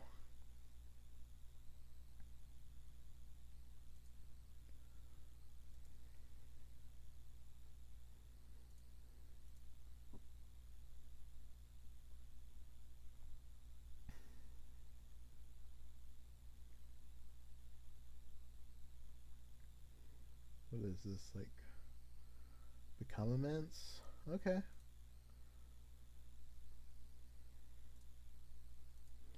So now we're at 6. That's not as good as a land, but it's a spell that we're going to cast.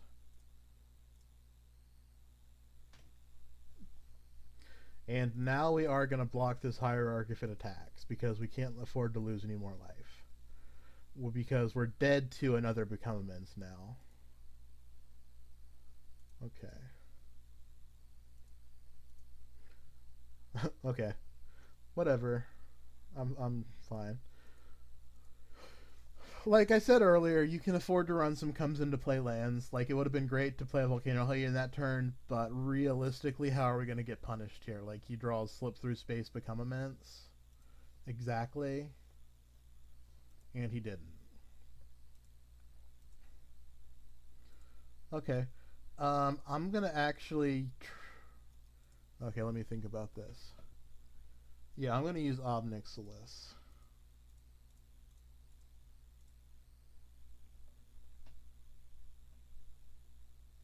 We can afford to... Okay, Spell Pierce. Interesting. Guess we should have used Hellion.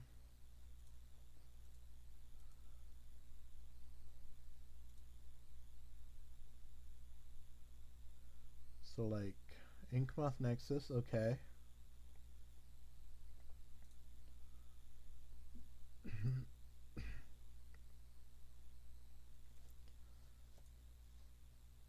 Doomblade is a good draw. Let's go ahead. Kill this Noble Hierarch.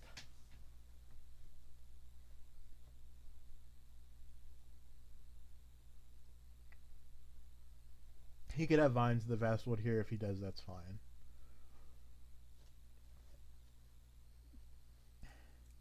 So we're definitely going to do 1 damage here. The question is, do we want to do 2 damage so we can pay the Echo and keep up Ghost Quarter? I think the answer is yes.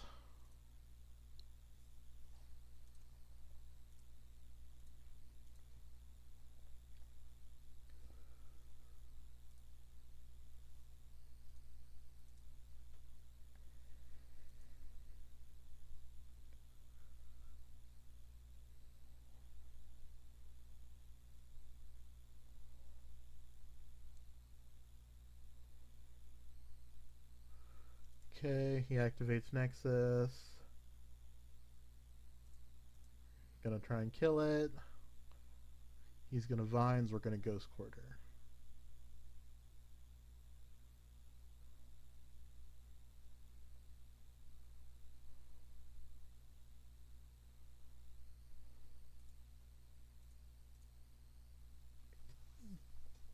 So it was worth it to do the extra damage because of this exact sequence that I was thinking he might be trying. And so now he has no cards in hand. We're going to pay the Echo on this. We're going to bash. His deck has no haste creatures in it.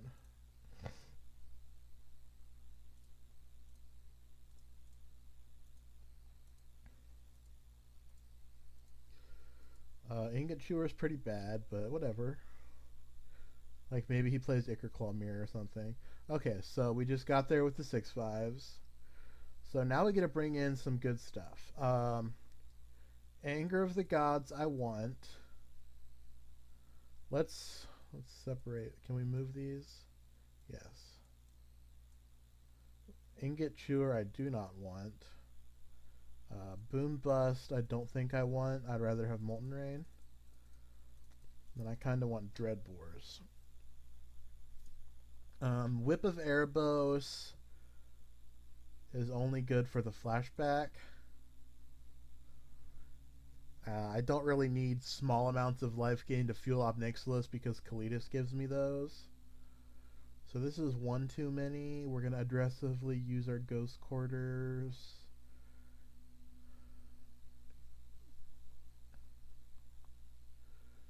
What is the worst card left in our deck? Is it Volcano Hellion?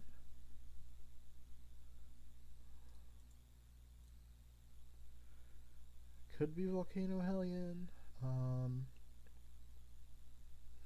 Hellion is much worse without Whip, but it's a big guy that can block and they have to use a pump spell to get through it. Okay, I'm off of Volcano Hellion. Let's put in one Volcano Hellion just to have access to a singleton beefcake. Hopefully Anger of the Gods will be really good. It would have been great that last game. So last game, opponent mulligan to 6. We also mulligan to 6. I'm going to keep this. Opponent's on 6 cards already. Could go to 5. Okay, 6 versus 6. This is a matchup where you might think that you would really want to have access to Lightning Bolt.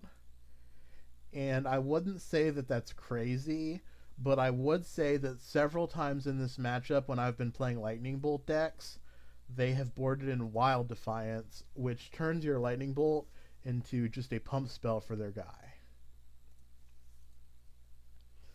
Looks like the opponent doesn't have Infectors, so if we can hit a couple more lands, we should be good. He may be waiting to have double green, so he can play Glistener Elf with Vines back up. So we'll watch out for that. So if he plays a Glistener Elf here, I'm going to assume he has Vines of the Vastwood. Blighted Agent with Vines.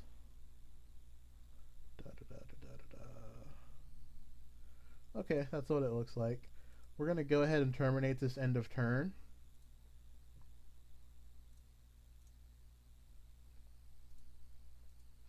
Make him use his Vines now. So basically prevent 4 damage, equivalent to gain 8 life. Pretty good to me. Okay, Spell Pierce back up. That is basically the same thing. And we drew a land, so let's go ahead and Anger of the Gods. This gets around a single mutagenic growth. Caligan's Command does not. So we're going to use these Angers as much as we can because Command is better against Inkmoth Nexus. Okay, that's not a land, but as long as we have multiple removal spells, I'm okay sitting for a while against this deck.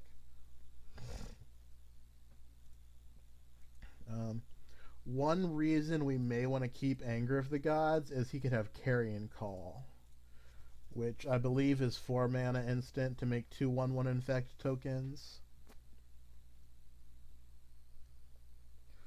Okay, Apostle's Blessing, Spell Pierce. We're not going to take the Might of Old Kroza. Actually, are we? Our damage is all removal based except for Doomblade. I'm going to take the Spell Pierce because I want to be able to resolve Ob Nixilis and start drawing cards as soon as we hit 5 mana.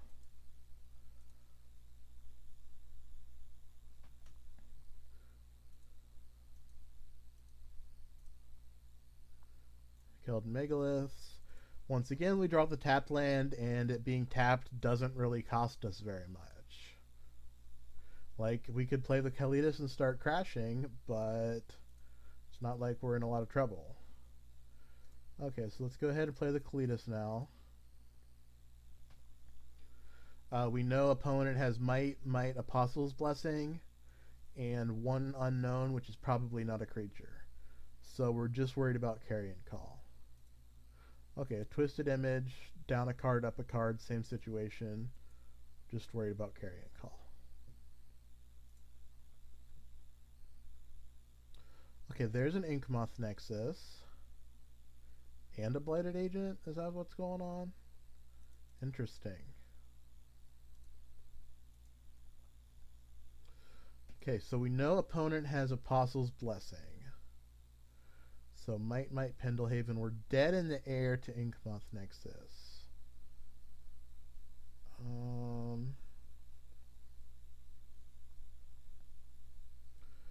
So I think what we want to do here is attack. Offer to let him trade Might of Old Kroza for... or 2 Might of Old Kroza for Kalitas, which he obviously doesn't want to do.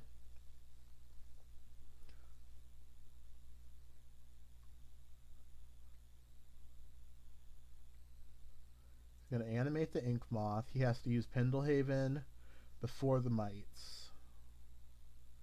So his hand is Might, Apostle's Blessing. Okay, so that's going to pump that up. He's going to Might.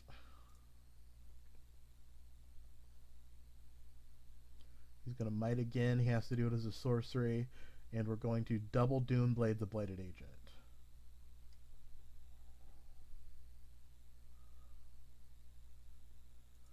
Okay, he's not going all in this turn.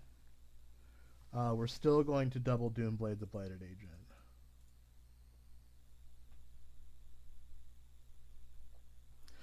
If he has a second Apostle's Blessing, then we're in some trouble.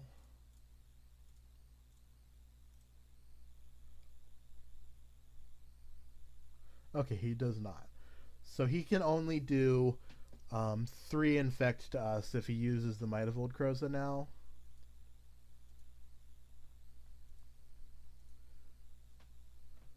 Okay, so he's just going to stack the 1 infect.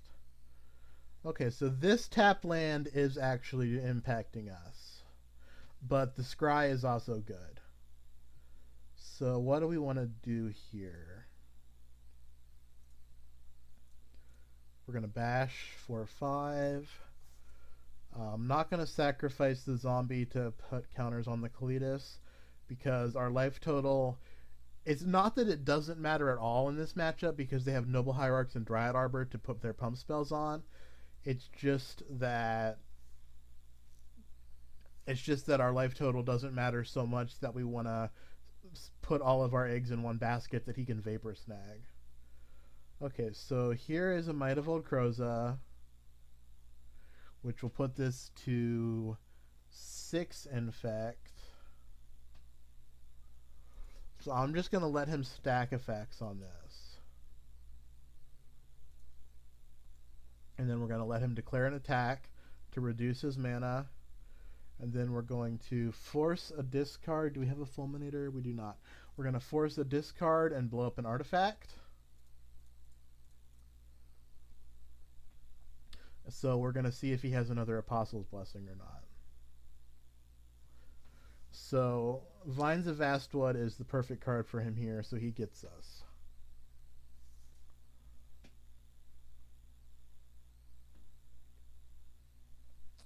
So if we had access to this mana from the temple, we still don't have anything to cast with it. Okay, so let's say we want these back in. Let's take out a Volcano Hellion. Let's take out... Well, let's cut... Do we want Kalitas at all? I don't even know that we do. I think we just want to stick a Goblin Dark Dwellers and blow everything up. Let's try that plan instead. I haven't played this matchup since I added the Boom Bust to the deck, so I don't know whether or not that's the right strategy to try against them or not. But it just seems like we would like to have some access to stuff to stop. Well, we're going to mulligan. This is a keep. That's a keep on top.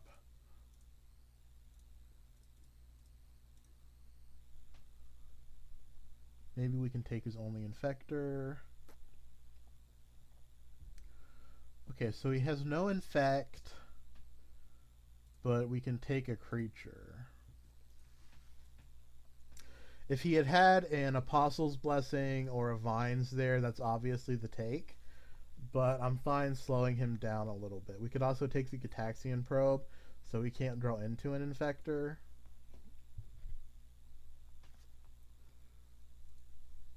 Did he draw a Glistener Elf, or is he just going to cast Gitaxian Probe?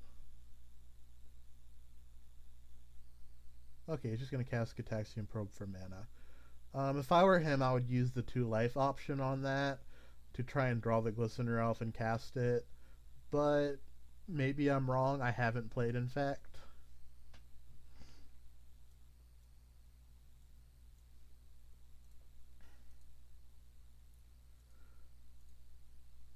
Okay, so let's go ahead and tap land, Inquisition him.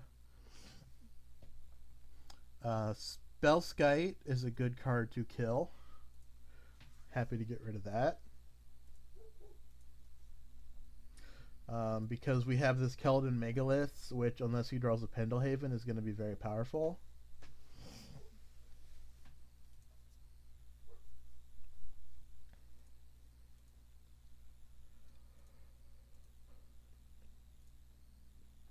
Okay, so I'm just going to kill this. Just bye-bye. That may be a little bit greedy or preemptive or whatever you want to call it. Is this a Vines of Vastwood? I'd be totally down with that. Yeah. If he's using a Vines of Vastwood to do that, that is amazing for us.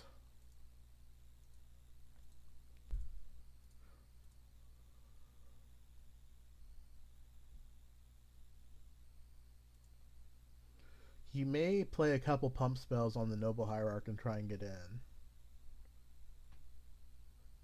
Okay, that's his plan. So he's going to do that. He's going to Twisted Image to make it a 5/4. And then he's going to attack for 6, plus if he draws another pump spell.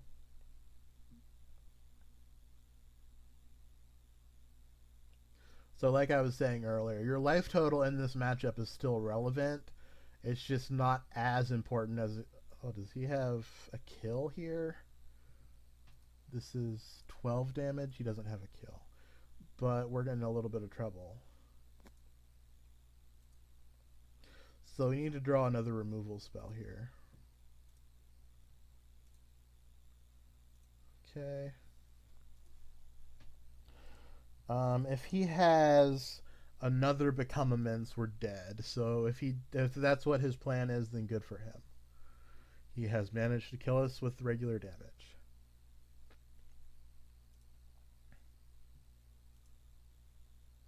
Okay. So let's see what he plays. Pendelhaven. Okay, so that's going to make the Megaliths less powerful. What we're going to do is we're going to Obnixilis. And we're actually going to kill the Noble Hierarch. Are we? Are we going to kill the Hierarch, or are we going to draw a card? I think we're going to kill the Hierarch because we want to get our Megaliths online. So now we basically have gone back to 10 life because he's not killing us with regular damage anymore. He's killing us with infect. So it become immense no longer kills us. He can kill the Obnixilis here, which is what I assume his plan is. Yep. And then we are going to Molten Rain the Pendlehaven. Is this a Blighted Agent? Okay. Blighted Agent is on the table. Oh, we are not going to Molten Rain the Pendlehaven. We're going to kill all of his creatures.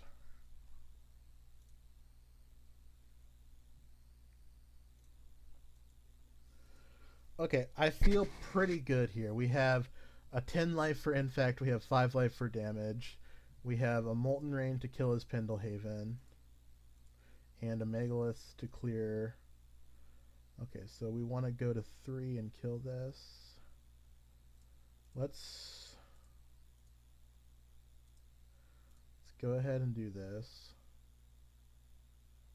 Yes, we're going to do this.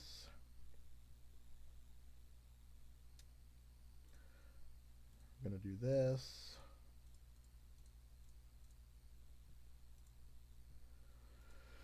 Okay, so board is stable. Life totals look like they favor him a lot, but really it doesn't so much.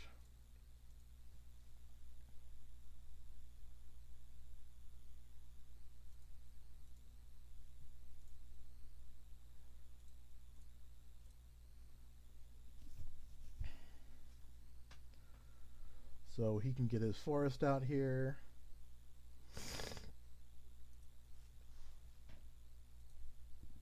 So our plan A at this point is to activate Keldon Megaliths 13 times.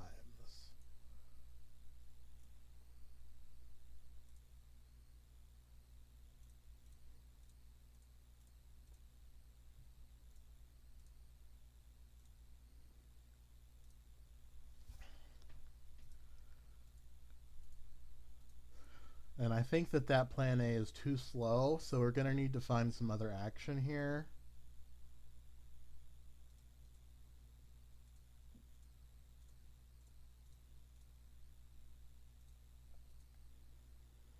Okay, that's... Oh, actually, that's really bad, because it turns off our Megaliths. Frowntown. Okay. So now we can't do anything until he draws a creature.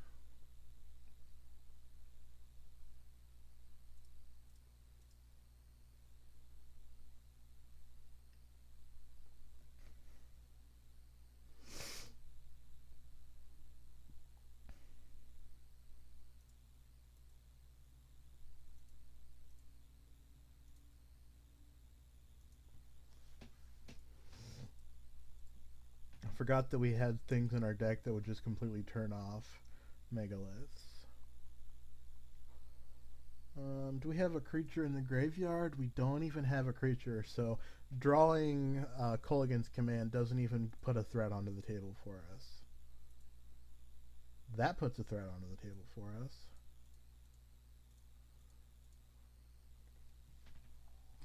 Okay, we can Inquisition or we can Molten Rain. The Molten Rain affects our clock. It makes it a 2-turn clock. So that's what we're going to do.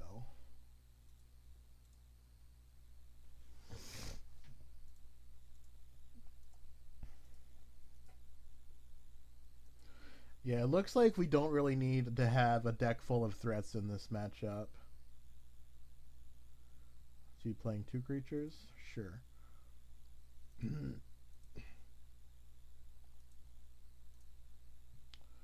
Okay, so we're going to Dreadbore the Hierarch. Actually, I should have Dreadbored the Glistener Elf. Okay, never mind. I was going to say I want to kill the Hierarch more.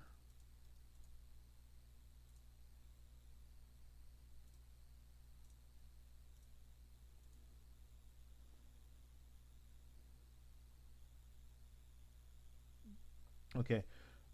His attempting to block here makes me think that he does not have Become Immense in hand. Or he has a pump spell.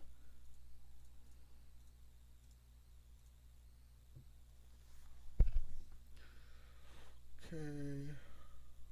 What is he paying here? Spell Pierce? Sure. So this taps me out, but I don't think there's any cards left in his deck that he can draw to instantly kill us. And if he draws another creature, it's just gonna... Yeah, so there's the Wild Defiance to turn off lightning bolts. Is this spells? Yeah, it's just spells. Okay, so we were able to beat him here. We could play another one with these play points, but I think 4 matches is a good amount. So we played against Tron, Infect, Eldrazi, and a blue-white Planeswalker Brew, which looks like a pretty good portion of the metagame. We have a combo deck, which is Infect. We have a control deck, which is Tron. We have the aggro deck, which is Eldrazi. And then we have whatever that Planeswalker deck would be considered. So that's going to be the end of the video for today. Like I said, I'm sorry about the congestion. I'm just trying to work through that. And I will see you guys for another video later on in the month.